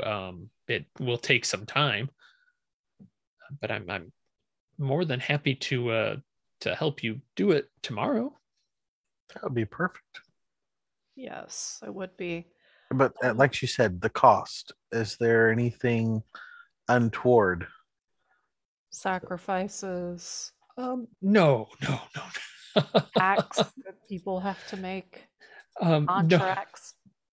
No, I wouldn't. I wouldn't say it's an invocation, not a binding of some kind. You speak to the demon and then just parlay. You talk with them and they help you out. It's quite safe. Would we be inconveniencing you if we stayed with you until that time? Oh, I was going to ask if you had a place that I could sleep. Of course. I am injured from various denizens of places in between. I could try and find a doctor in the crowd. I'm sure we have someone. I think just maybe perhaps a warm bath and some food. My associate here is a physic. Excellent. Yes, absolutely. Please. And he snaps his hand, and one of these mannequins actually walks up. It kind of teeters to the side a little bit. He has to kind of catch it and correct it. If you would, please show the guests to their room. But and do bring them up whatever foods they want. We have many such fine things. Yes, please bring a lot of food. We haven't eaten a real meal in days. All right. Yes, go ahead. Sorry, I cut you off. I didn't know the name. I know of Baal or Baal, depending on how some. Oh no, this is as we're walking away, speaking to her. Not to the casting. So I looked it up, and there is actually an angel directly opposed to Baal, Oh, and I think I'm going to give them a call. do you know how? I think so. And which angel is that? Shem. I have to look at the book. It's Shemham, or yes. Okay. That one. Yeah. It Okay. turns your face inside out. That's probably the part of the ritual that's bad. Just saying the name. Yeah. All right. Yeah, that would be good to parlay and have a see if they have any guidance. Come to Jesus. Yes, we'll do that. No matter of speaking. Yes, yes. Yeah, and it's worth doing. All I know is that I need some food and I need some sleep. And I don't think that both of us should be asleep at the same time. That's a good idea. Especially in this place where a door can lead anywhere. Exactly. I mean, I don't see either one of you staying awake. That's all I'm saying. Yeah. Especially with food, yeah. We shouldn't both go to sleep at the same time, but we're gonna. You might need to make a roll for that. Oh. So the contraption does lead you to a room. It actually shows you a couple of rooms. They are adjacent to each other. They look like they're guest rooms. They are nicely outfitted with sort of things they'd have for guests staying over, chamber pots, all of the fine French things of the 1400s that I would not know about.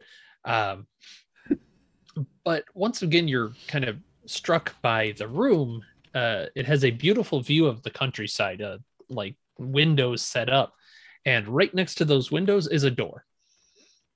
And if you're, of course there is. right, if you're brave enough, you open the door. And, okay, that just goes off the side of the building. Like, it's, if you're not careful, you could just hope you don't sleepwalk. That's the key. But why don't the two of you roll sanity? Because I'm very good at forgetting to do that.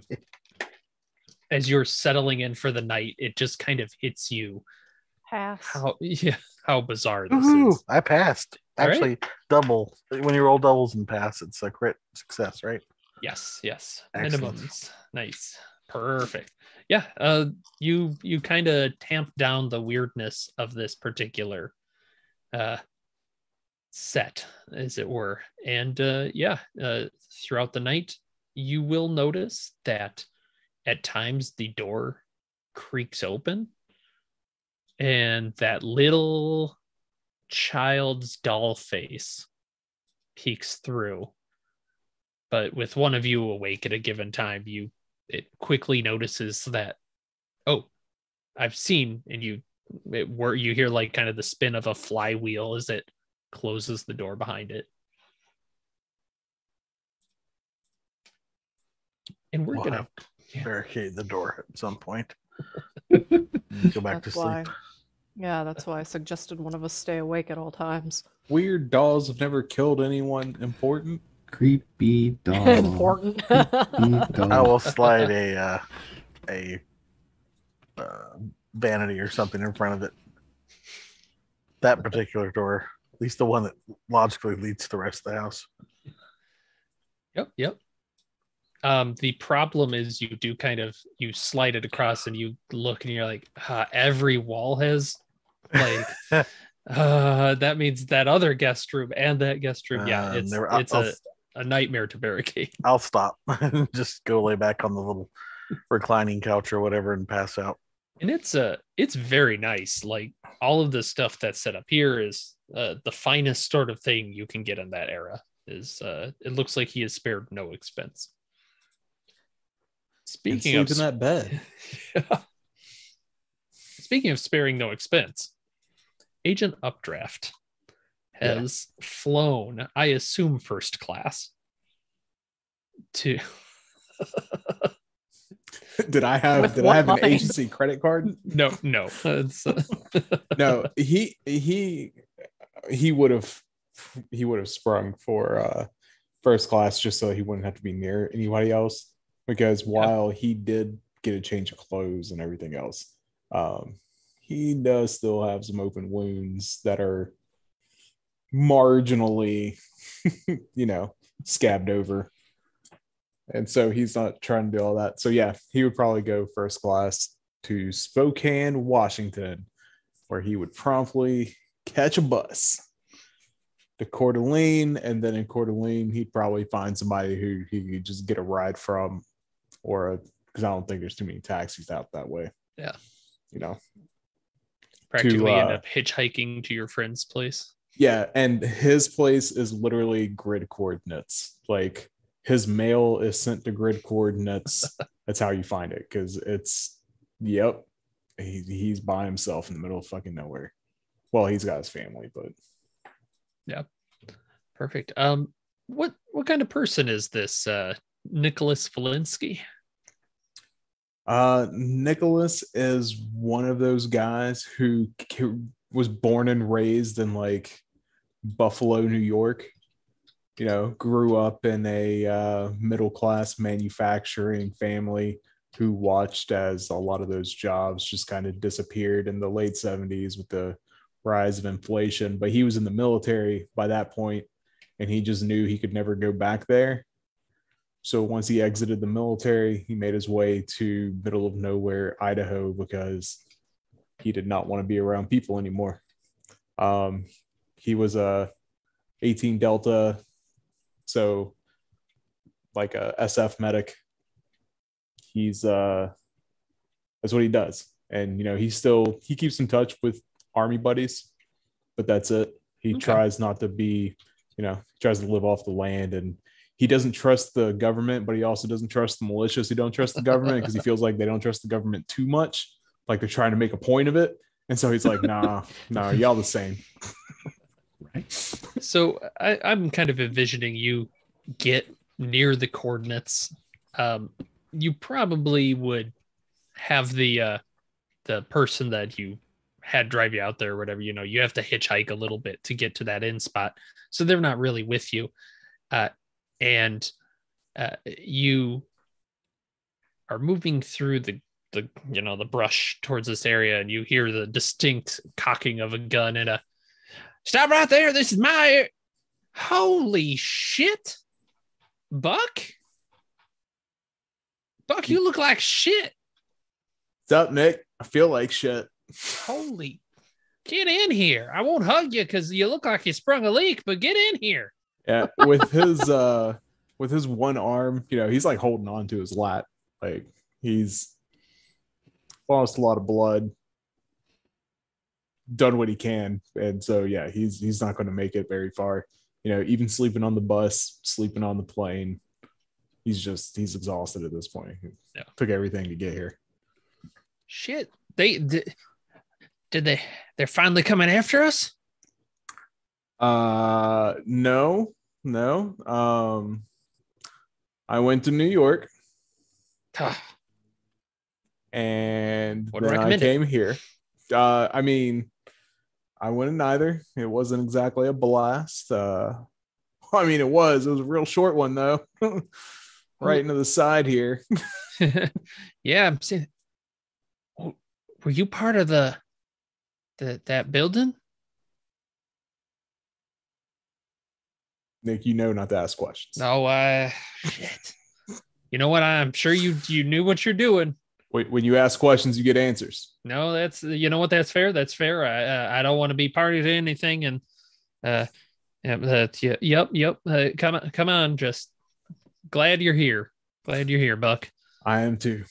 And Updraft, just like I said, he's just inside. And when he gets inside and he sits down, like, he slept on the plane, but every time the flight attendant went past, he woke up.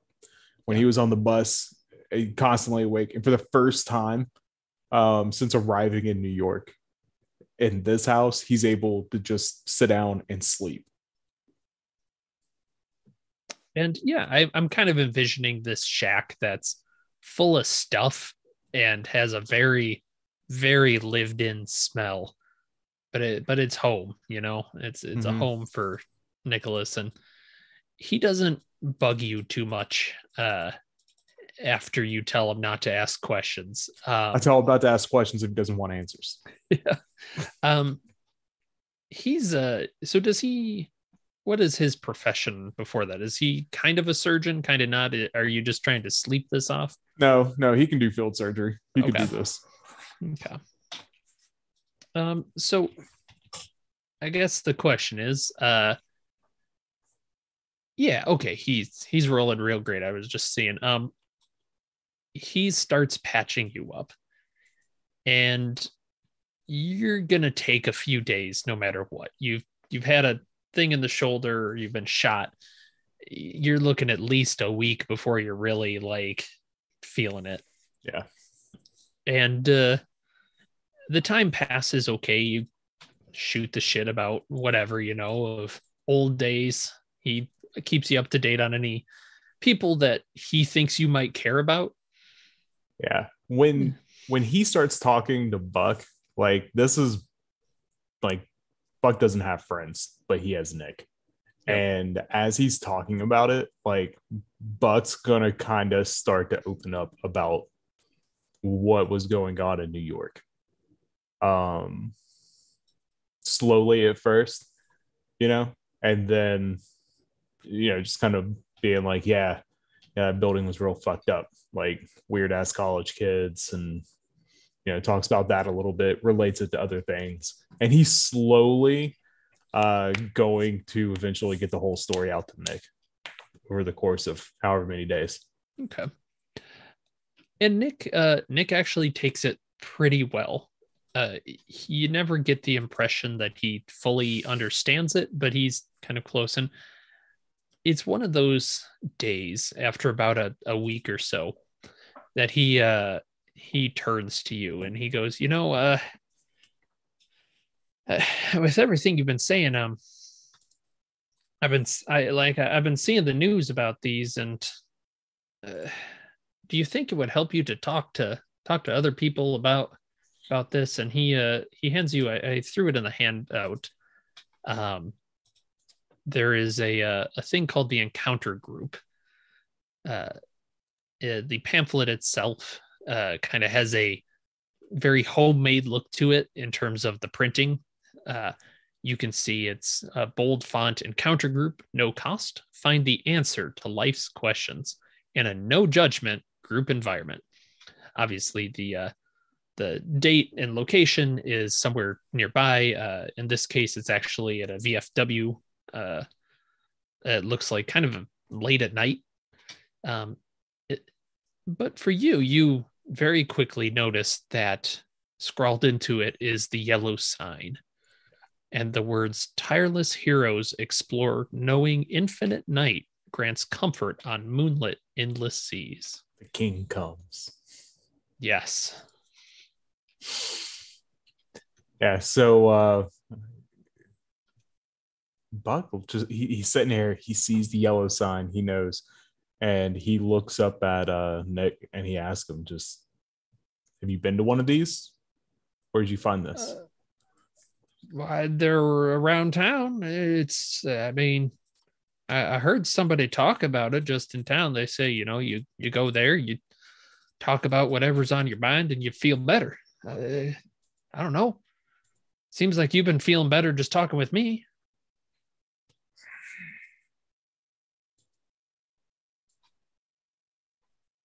All right, I'll go. I ain't talking, but I'll go. All right. And he, No. yeah. I was gonna say, I'm not making any promises. I understand, but it's I can't be the only one you tell about this weirdness. If it's true, this is huge. Like this, this could, who knows? take down the government. I feel like he's like real Dale Gribble about this. Yeah. Yeah. Pocket sand. Pocket sand. Yeah, cha cha. There's a you'll notice like it's actually a couple days away. But the night comes and you are it's late, the sun has set, and you arrive at the exterior of the VFW building. And standing there, kind of at the front entrance, why don't we talk with Agent Union? Who does he see there? Sure. Agent Union is a fairly average looking individual. Whoops, I hid the wrong name. There we go. Why isn't Agent Union's name coming up? There it is. Dun, dun, dun, dun. Look at that. I transformed into a new agent. Agent Union is he's standing there. What time of year is it? I'm thinking we said it was fall. August, Yeah, it's September. fall. Yeah. Yeah, so probably wearing a light windbreaker. It's got some service patches on it from a tour. So it's like a black bomber style jacket with service patches on it. Khaki pants, boots, baseball hat. Just looks like a working man, like somebody you might have seen him, the same type of person 100 times if you saw him once. Obviously former military or active duty, you can't tell. Stand there smoking a cigarette, just... Yeah, and you had heard about this group from other people through a pamphlet of your own. Some of the people you trained with had talked about going here and it being a very helpful environment for them. Whether you believe that or not, you thought might as well, check it out. Yeah. Yeah, and you see there are a couple of men coming up. Assuming Nicholas came with you, Agent Updraft. Yeah, I'd assume he would. Yeah. He goes, hello, you here for Encounter Group 2? Yeah, I guess so. It's kind of new to this stuff, man. It's talking stuff's... It's weird. Yeah, I hear it's real good for you, though. I don't know. They say the things we see we shouldn't talk about, Well, I suppose it's all just who you tell it to, You got to find somebody you trust in. This seems they seem to have some steps towards anonymity. They won't know who you are. Yeah, that's what I was told. So, yeah, give it a shot. I'll sit back, listen, see what people have to say. All right. Yep, come on in. Yep. So and he opens the front door to the VFW and gestures the two of you inside, where you are met. Oh, yeah. As we go in, I'll just look at Agent Updraft. I'm George, by the way. Nice to meet you.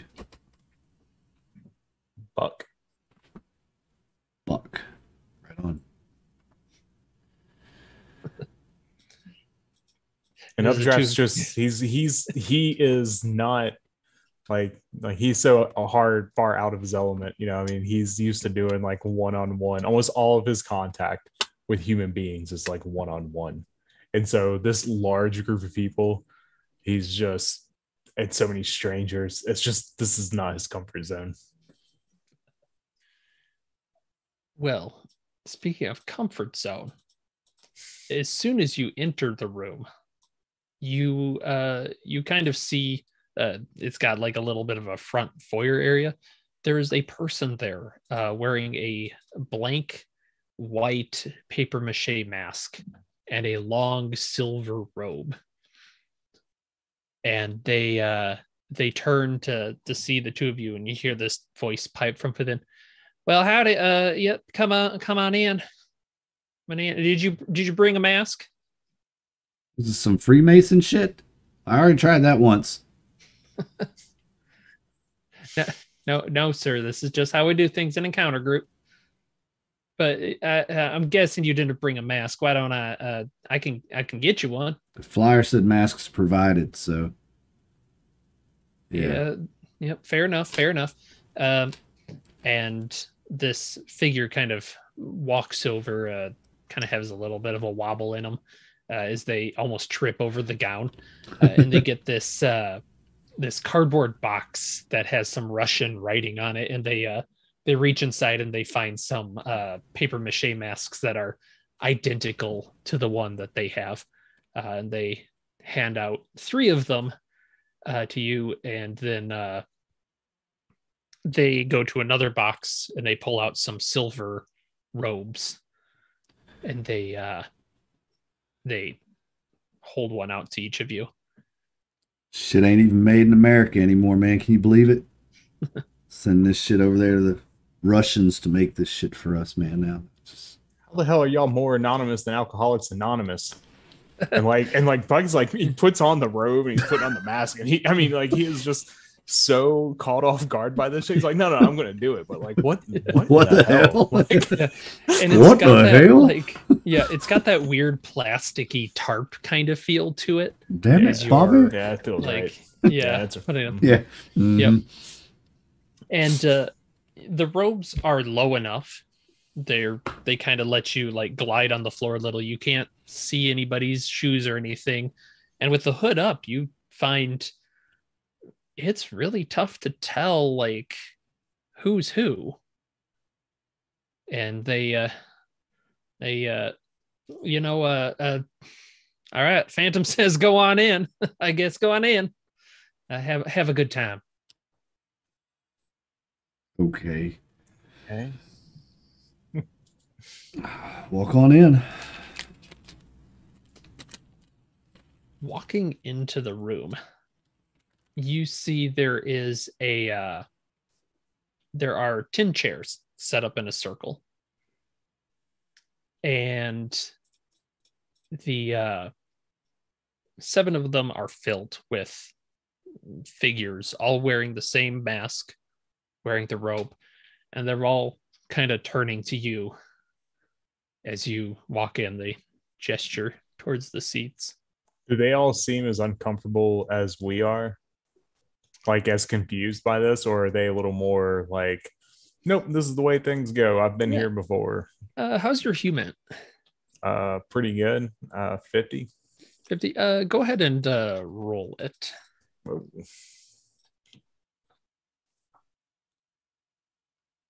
The masks make it a little tough. No, it's 65. Yeah, it's tough to you're looking for cues, and it's kind of tough to read. But they one of them does pipe up and go ahead, take a seat. Can't start unless people are sitting. All right. Buck goes and sits down. He doesn't say anything. He just moves, sure of himself, with deliberate action, I think is the description. Perfect. Nice. Yeah, Nicholas sits down and kind of leans over to you, to Buck. This is some weird shit. Yeah, I'm assuming Nicholas and I are both packing pistols. Like, yeah, that seems fair. I probably got one from him. Yeah, okay. George, you ever been to one of these? First time. Guess that makes me the virgin. Yeah, I suppose so. And he is kind of turning back towards the center, and a gong sounds in the room. Doesn't seem to have a source. And one of them speaks up, and it says, "Say the things we cannot say elsewhere." And you get a bit of a like the you know, in church, you get the call and response. As the group responds, truth leads us. Find ourselves and know ourselves. Truth makes us. Become the rulers of our own lives. Truth frees us. Say what you will. The gong sounds again, and as it hits, the lights go out. What do you do? One hand goes, like, I have a hand on the pistol, like it's in probably my waistband, and probably like tries to shrink down in the chair a little bit so that if and leans forward, so if anyone tries to grab him, they're going to grab short, if that makes sense. Yeah. How dark does the room get? Like completely dark? Or is there enough light to kind of see everybody around? You could make an alertness roll as the lights are going out. First roll of the new character. Let's see. All right, I passed that. And I did not throw these dice away too. Throw them like I did last week. Yep. I never even found those dice through last week. So Agent Union, you there's like just enough light you can see these like silhouettes moving around. Agent Updraft, you can kind of keep track of them a little bit as they're moving, and you see one of them stops behind you, says, you have to move as well. You have to go. Are they like moving in a circle? Like, are we playing musical chairs? Kind of, yes. But it's not like in a circle. They seem to be kind of interweaving among themselves. Okay. So, yeah, I guess Updraft's just going to play along here. Like, okay. He's doing his best, like, you know, walking around. I mean, I guess y'all want to play musical chairs. We can play musical chairs, whatever. All right. George, Agent Union. Yeah, I guess if they say that to me, I'll kind of adjust the mask a little bit, maybe to get the eyes lined up a little bit better, so I have a little better line of sight, and I'll kind of try my best to play along as well. Okay. Are they chanting anything, saying anything, or are they just walking, shuffling? The only sound is the scuffling of feet in this room. You can like it's a little difficult to see. You kind of know where the seats are just from where you were sitting. They weren't like super far apart, so you can get to another one pretty easily. Yeah. Updraft Buck is going to intentionally stay near Nick. Like, they just kind of have a moment where they both kind of look at each other and like they know, and they're like, all right, so I mean, we're gonna see what's going on here. But Nick said he hadn't been to one of these. He had just received a flyer. Yep. So yeah, we're just going to stick near one another so that, you know, when the lights come back on and everybody takes a seat, we can sit next to one another. Yeah. Yeah. Sounds good. And there's the shuffle, and eventually, you find a seat and the lights come back on. At this point, George, you're not quite sure where anybody is. You see the 10 figures around, but you don't know which one of these are the new people you've met, which are just random people. And you're kind of surprised when one of them speaks out. And they just go,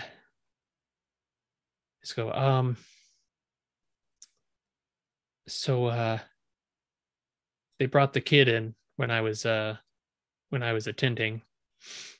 I had a moment alone with him after the EMTs like dropped him off. He was bleeding out. There's nothing I couldn't. I opened him up and he was empty. There's no organs. There's no blood. There's nothing. But it all worked out. When the nurses got there, they were back, the organs. Anyway, he died. And there's kind of like a quiet nodding of people. Another one speaks up. They're making a building of books downtown. I don't know why. It doesn't make a lot of sense. They stack them and glue them. There's like windows and everything. I haven't gone inside yet. I need to work up to it. It's it's a lot. And they turn to you, George, and they kind of nod their head at your direction. I'll resist it first, kind of like, I'm not sure I can tell y'all what and I'm shaking a little bit, nervous, obviously, but also there's something that I'd love to say, but I'm not sure I can say it, kind of thing, you know? Yeah. Trying to get that point across. Yeah. And they seem to understand that. And the one near you speaks in a voice that Updraft recognizes as Agent Unicorn. It's okay, honey. You go ahead. You can say whatever you like. She lives. Startled by the old woman voice, kind of more taken aback than startled. I was working the line, 70-foot pole. It came right up and stopped and looked at me in the face. Hovered around a bit and then flew away. The next night there were 2. The night after there were 4. Never saw them again. I don't know what they are. Just lights glowing, soft, size of a baseball. I was in the middle of nowhere. Line. I'll just kind of leave it at that. That's about all I want to say right now. Mm-hmm. Looking around nervously on my heel is just kind of tapping up and down on the floor. Mm-hmm. Go ahead and roll a d4. Uno. Gain 1 sanity. Gladly. Yes. I think that's the first time that's happened all game. Group therapy does wonders. Yeah.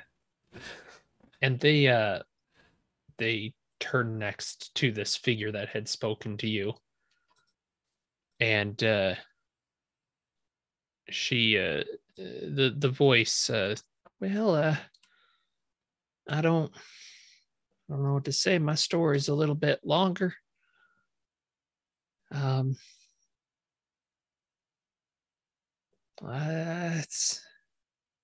What is there? I saw a woman get shot. There was nothing I did for her, really. She was bleeding out, and we just kind of left her be. But I took a book. I didn't really have a time to read it. Not really.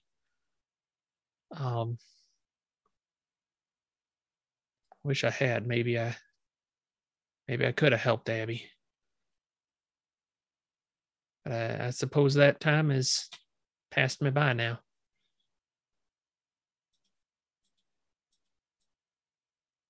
And the group turns to look at Agent Updraft.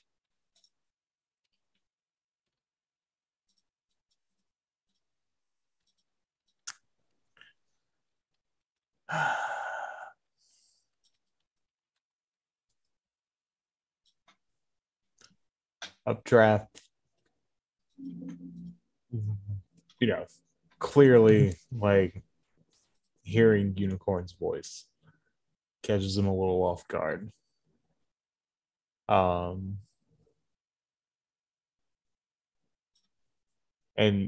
he's a little, he's a little surprised.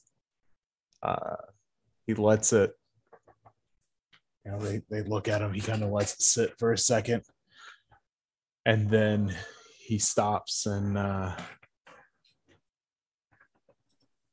he basically is going to tell a version of the cave about, because the other guy was talking about the building of books, and he's going to talk about being trapped in a cave. He's not going to mention Asa Garibaldi, and he's not going to mention the books. Instead, he's going to talk about how the cave was connected to a house, and going through and he's going to describe being chased by a monster and knowing helplessness for the first time because there was nothing he could do to stop it. Okay. Excellent. Yeah, and go ahead and roll a d4 as well. As you share this, it's a weight off your shoulders just saying it out loud. Word. Yeah, it feels great. How and above my breaking point, do I lose my mania or do I gain another one? No. Two? No, you should have. You reset your breaking point as the lower number. So I did. You're good. I did. You're good. I just didn't know if I was about to get another awesome mania for just losing 2 sanity. I was like, hell yeah. And they each say something. There's one that talks about how you just don't see dogs anymore. They're just all gone. The truck came and got them all, and now they're just gone. I wonder where they put them. And that's a terrible world. That's a horrible thing to happen. One of them. Entrails. Yeah. One of them speaks up, and you recognize a voice. The voice of Asa Darabandi of Treft, and as he goes, the hotel is the secret. I dreamt about it, and it's somewhere in the city. If you go there and look for it, you might find the answer. In the dream, a bellhop told me there are tunnels in the basement.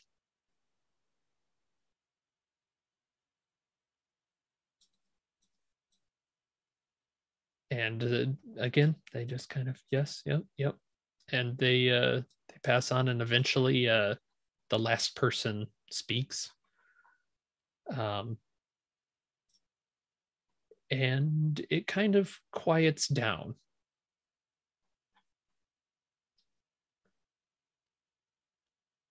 And what the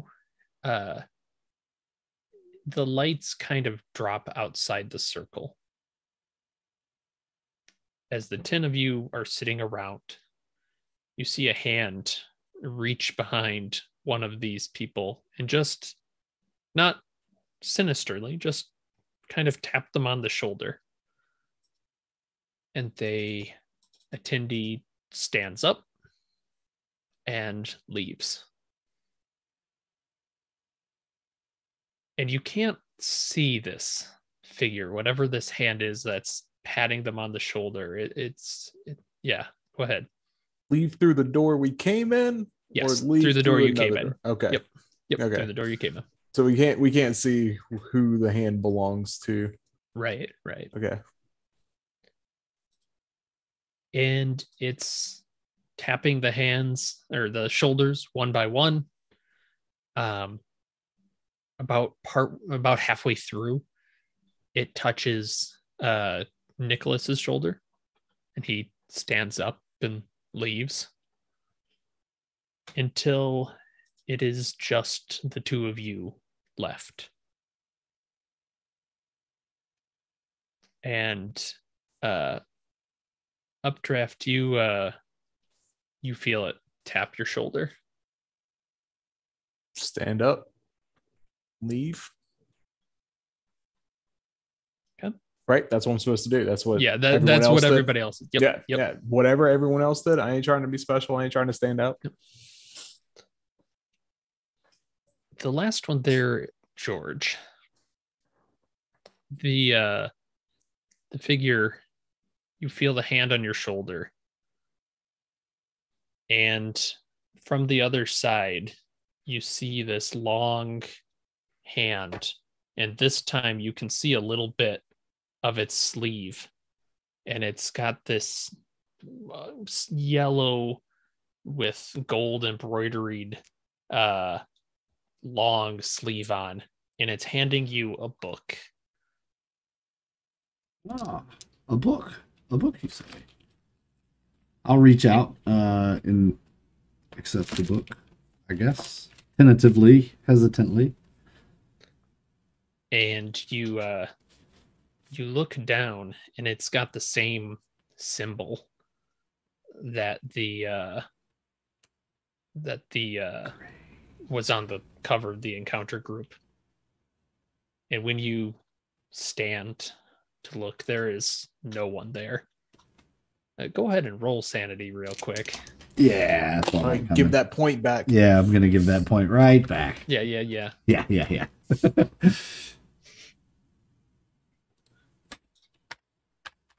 Yep, that's fine. You passed, or no? I failed. Go ahead and roll a d4. Oh, that's 4. Okay, well, yeah, it's all gone as you are looking at the course of this book, and you feel the yellow sign take hold of you. And yeah, you once again, not again for you, but you feel the need to spread it, to ask people about it, this brand new sign. As I guess what kind of trauma does this bring up that it kind of dredges up in Agent Union? He watched his lineman buddy get electrocuted because he didn't follow safety procedures, and he reached up just real quick to throw a breaker leg, and that, cooked him. 12,200 volts just rocked him right through him and cooked him in a matter of seconds. And he was just one bucket over, like. Yep. Yeah. And there was nothing that I could do about it. Just I had to stand there and just watch him cook. So that smell of the burnt flesh, the hair, the charred, it's just really rough, really bad. And you can kind of feel that sensation on the book. And you can leave the room, and you see that Nicholas is taking off his robe as well. When you exit, it looks like the clasp kind of got caught, so he's been kind of stuck there. He has the mask off, but he's just fighting. God damn, clasp one. That was really something. It was. Did they give you one of these? And I'll show him the book as I'm feel the urge to share the information that I just got. Did they give you one of these on your way out? They gave me this. Do you know what it is?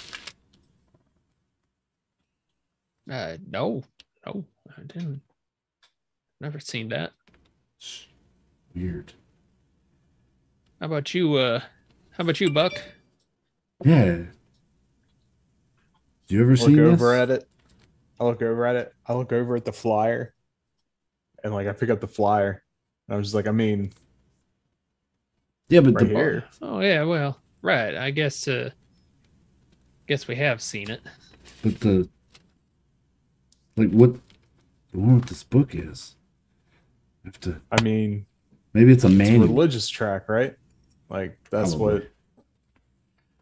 what gets given out at these things, right? Is it like a soft cover book with multiple pages, or is it just like a booklet, like a leaflet? Yes. This is the same red covered book that Agent Unicorn had found before. Okay. Yeah, this is the King in Yellow, the red book, or the red cover edition.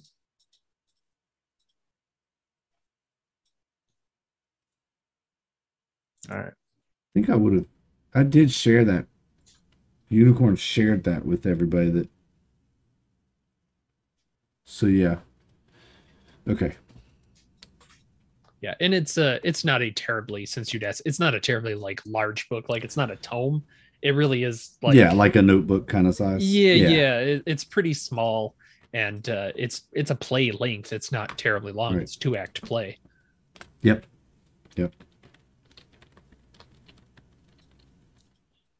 I want to Uh-oh.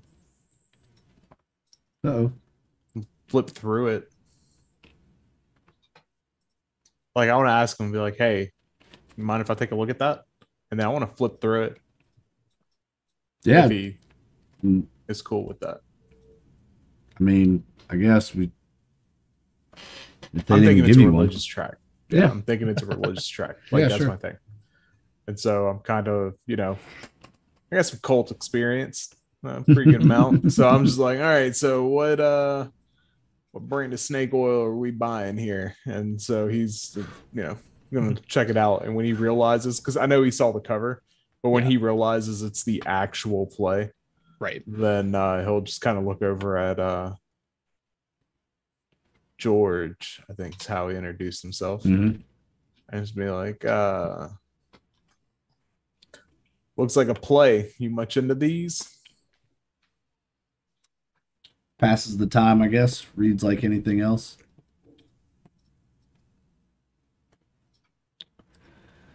Yeah. So what do you do, George? And I'm going to start walking out because I'm sure I saw George smoking a cigarette. Yeah. And yeah. So yeah, I'll tell him my job. Work for the Army Corps of Engineers. I'm a lineman. I'm up here running power right now for the National Guard. Trying to teach these weekend warriors how to stay alive when working with electricity in the field. What about you? What do you do, Buck? I'm a psychologist. Oh, makes sense. Why you would want to come here and see what this is all about. Some new therapy style or something maybe that you're researching. No. Oh, What part of that? What? No. you're Nothing the about that was psychologist, clinical. man. I don't know, not me. Yeah, nothing about that was clinical. The mask, the weird bathrobes. Let me get a cigarette. Yeah, sure. Here you go, man. I'll give him What one. a great psychiatrist. Right? I'm a Oh, are lineman. you What do I know? stupid? Yeah. Oh, jeez. I mean, Buck does have a gruff charisma. So No, I totally would expect that from Buck. Nope, nothing about that clinical. Everything about that weird as shit, though, right? Oh yeah, it was weird as shit. I mean, Yeah. I'm not gonna say that. I'm just saying, like, the circle of light. That was kind of weird. I'm not saying I didn't enjoy it. I just said it was kind of weird. Yeah, what was with the creepy dude with, the hand on the shoulder thing and like. Oh yeah, right. I'm already like not super comfortable with people touching me generally anyway. Yeah, I know. You ever seen these people anywhere else? What about you, Nick? Mm-mm. Nick kind of shrugs. I don't know. It's the first time I've been, but and he had told a story of his own, but probably something you would have known about from his past being friends that, actually like usually kind of eats him up inside. Something he really regrets. Maybe somebody you lost in the war or whatever. And yeah, he kind of. I'll admit I'm feeling a lot better actually. So I want to actually. Like I said, go ahead. It's not that I didn't enjoy it, but that wasn't clinical. So when we were in there, was it less of a compelling feeling to tell and more of like an openness, like a calm space? Yeah, it was more of a calm space. Didn't feel like we were being compelled no. or manipulated to talk. Okay. No, you were definitely being encouraged to. But they seem to be nice about it. Yeah. Okay.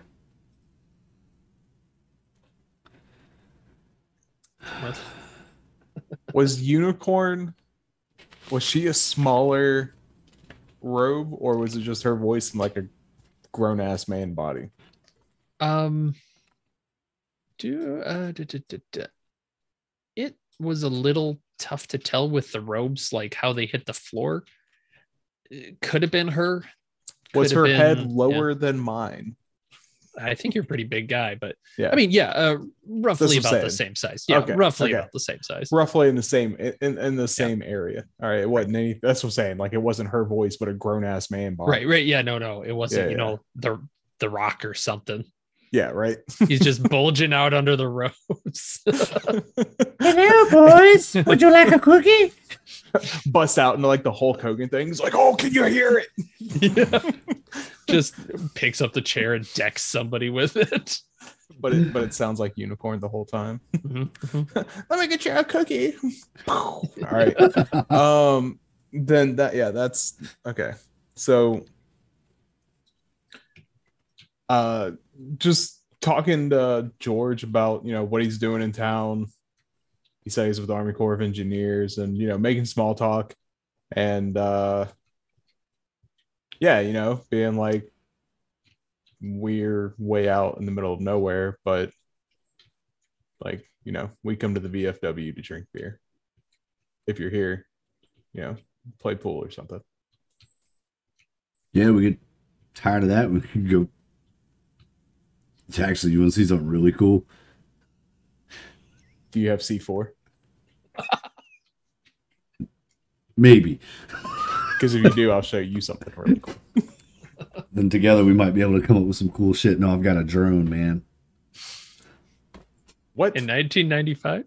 What? Yeah. A civilian-owned drone. It's on my character sheet. Oh, man. Yeah. This is like what? Like an RC car? Like it's 1995. Yeah. Hey, it's in there, man. It's it was a helicopter. Yeah, it's like more like a big one that I had my buddies down at the airfield hook up for me. Yeah. They modded it out. In World War II. Yep. This is a civilian one, so it's been modded out. It's kind of big, but you can mount a 45 to it, and that's what I'm wondering is there just a gun like duct taped to the bottom to it? Cute. More likely you can hook 45 somethings to it. Yeah. Yeah. It's like a civilian Chinook. Choctaw. Yeah. You just drive around with that. Okay. Yeah, that makes sense. This is in the trunk of my car. Totally. So I think that's where we can leave it for tonight is the two of you bonding in a bar while the other two share a somewhat sleepless night in 1400s France. Doll-infested 1402. Yeah. Creepy doll. All right. And y'all over here Back to the Future, and right, like hard, super hard. I was just like 1402. Hell no. Diamond. And nowhere Idaho. Hell no. Now, keep in mind, just so we're obvious about it, Luis said 1402, but you're not quite sure when you are at the party. Yeah, That's because true. we saw them and yeah. Went through a doorway. I don't know that it greatly matters, but yeah, the dates are a little different. It's his son, so what, maybe 20 years? 30? Maybe. I mean, Maybe the son doesn't exist, or rather, let me rephrase that. Maybe the mom traveled forward in time from 1402 to birth the child, right? In whatever year you guys are in currently. And so she basically was just identifying to you, I am also a time traveler. It's pretty simple to gauge the time based on the furniture and the architecture. Mm-hmm. Just so you would know, Gabriel looks to be about in his 40s, actually, out of all that. And I don't know if anybody caught it, but George Evan Lawrence is a man with 3 first names. Yeah. I wondered. I was like, "There's got to be something about this name." I did that intentionally. Well, that and his initials are Gel, Gel. George Evan, 3 first names. That means his parents don't love him. He has no support network at home. All of his bonds are like 4 tops. Might as well open a bookstore. My dad, my dog. That's it. My dad's almost dead because he's ancient. Why would you take your dog as a bond? Because you can't push any sand laws off onto that bond. Like you can't. That would make you a monster. Yeah, you'd have to give him up at a sacrifice. No, but see, awful. Yeah. He's my canine. I'm a canine handler also. Right? So he's my canine. So anything I experience, he's gonna experience with me. So you can go home and beat your dog. He's your canine handler. Oh, Woof, woof, woof, woof, woof. That's right. Another one. oh no. Woof, woof, woof. What do you mean need to know? Yep. That's preposterous. Woof, woof, woof. Oh, all right. Fine. Don't forget to whisper the secret phrase into the phone, to the handset, and make the fax noises for him so he can follow his reports also. That's right. He has a fax collar. Beep, beep, beep. Like beeps for 2 minutes. You're like, what the hell? Is it even working? And then you'd be the worst support too, because you'd be like, there's blood on your hands. I got shot. You'd be like, this mission, I can't believe I'm alive. I don't want to be alive. That's rough, bud.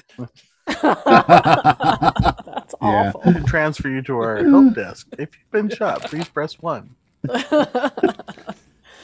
If you've experienced a haunting or a sighting of demons, press 2. Oh yeah, y'all real comfortable with these demons. Although I mean, I guess when you're traveling through time, you're like, fuck it. The way I read that though was after what they just went through. Yeah, right. Right? It's like, you know what? Don't shit surprise me at this point. Yeah, go ahead, bring in the demon. Let's do it. Get this shit over with. Yeah. It's There kind of is like a big element to that with this is after a certain point, I'm not gonna be making the sanity calls as much because it hits this as like, yeah, I'm in 1400 trance. Why the fuck not? Sure. Yeah. Sure. it needs right. to be like absurdist humor almost. Yeah. Almost, yeah. Perpetual mild shock. Yeah. Mm-hmm. It's like, okay, I guess that's how things are now. All right, let's go. I'm just excited for you guys to work together to summon a demon tomorrow. Hopefully we can summon the angel first and then summon the Yeah. Don't be scared. Yeah. Don't be scared like that. I'm not gonna be scared like that. It'll be fun. This is my friend, Behuvia. He is a seraphim. He has something he would like to say to you. Gabriel seems completely okay with talking to a demon, so I don't know. Yeah, They're right. probably Like, cool. I mean, that guy has that sweet ass house with all those crazy ass doors and the fucking living dolls that Well, there's no definitely cost. not trying to kill you in your sleep. Don't worry about the cost. It's fine. We're gonna do this ritual cost. There's no cost. Everything. Well, the first one's complimentary. Listen. I'd like to use my coupon for a free audience with Marvis. Also, you got to remember, you're in a mansion in Groupon. 1402. You have peasants for sacrificing. That's Yeah. true. That's true. That's true. Or royalty. Yeah, Agent Undine, you actually know the steps to the invocation. You read the book, so you would know there isn't a like sacrificial portion to it necessarily. Right. That's Necessarily. Just invoke, yeah. There isn't. No. But you also read The Monkey's Paw in high school. So Just saying. Just Great. saying. Short stories. I know what's up. Wow. Oh man, this is an awesome, awesome game. Having so much fun with y'all. This is fun. I just want to throw it out there. Moloch is my favorite god. So if I'm going to be summoning any demons, it's going to be Moloch. I'm just calling it now. Moloch. Whatever. Veil's bad enough. Moloch sounds like a fish, man. Yeah, mollusk. Yep. So Or mullet. Chinese- Clam. That's what they meant the whole time. That's it. They were just trying to get some These food. damn clams. Oh, great mollusk, we have brought the butter. Open thy orifice. Oh jeez. Okay. Okay. On that note, they're a butter and opening orifices. Orifice? Oh, Oh No, boy. it's just orifices. Well, that's what a lot of people are going to be doing tomorrow is shoving the butter up the turkey's orifice. Butter everywhere. Talk about that is an butterball. invocation. It's an Turkey invocation. Yes. apocalypse. Actually, that's tomorrow at 3 p.m. right here on the United Adventure Company channel. The game we're playing, Dungeons and Dragons 5th edition, The Turkey Snatcher. Dun dun dun. So please join us tomorrow at 3 o'clock for the Turkey Snatcher. Yes, I am watching aware of that the game. turkey. Snatching the turkey. Yep, we're gonna see what happens to the turkey snatcher tomorrow. Rumor has it that the ranger's animal companion is a turkey. Oh no. So That's amazing. it is a Thanksgiving special on the United Adventure Company. And if you're watching and you want to play, we still have room for 1 or 2 people if you want to play. So hey, come and jump in, play a little Dungeons and Dragons with us, eat a little turkey, celebrate Thanksgiving the way that we always do with our family of nerddom. We love you all so much for watching. Friday night we'll be back with Plague of Fluxentine, and Saturday is Horde of the Dragon Queen. I'll get it. I promise. So we got 4 days in a row. Bam, bam, bam, bam. Delta Green tonight, then turkeys tomorrow, and then playing with more turkeys on Friday night. No, they're actually a really good group of folks. We play with the Saves organization, promoting mental health healing through role-playing games. So the Agent Updraft plays in that game on Friday nights. So tune in then. I think we start at 7-ish over on Lord Thorin's channel. So that's twitch.tv/Lord Thorin with 2 R's. And then back here Saturday at noon. So until then, though, folks, we love you all so much. Make sure you hit that follow button over on YouTube. Hit the follow button here on Twitch. Get notified every time we go live so you can come hang out with us and do all the fun stuff. I now have to update the credit slide because Agent Unicorn is dead. I think I'll just, or maybe she's undead. Maybe I'll just put deceased and then add the new agent name next to it. Maybe that works. And then Nathan will have a tally count of how many characters he kills in this campaign. Hey, Yes. 1 in 7 is not bad for Delta Green. I'm being real nice. So far. So, but folks, we love you all so much. Thanks so much for hanging out with us. We'll see you next time. Until then, deception is a right, truth is a privilege, and innocence, well, that's just a luxury. Take it easy, everybody. Good night. See you next time.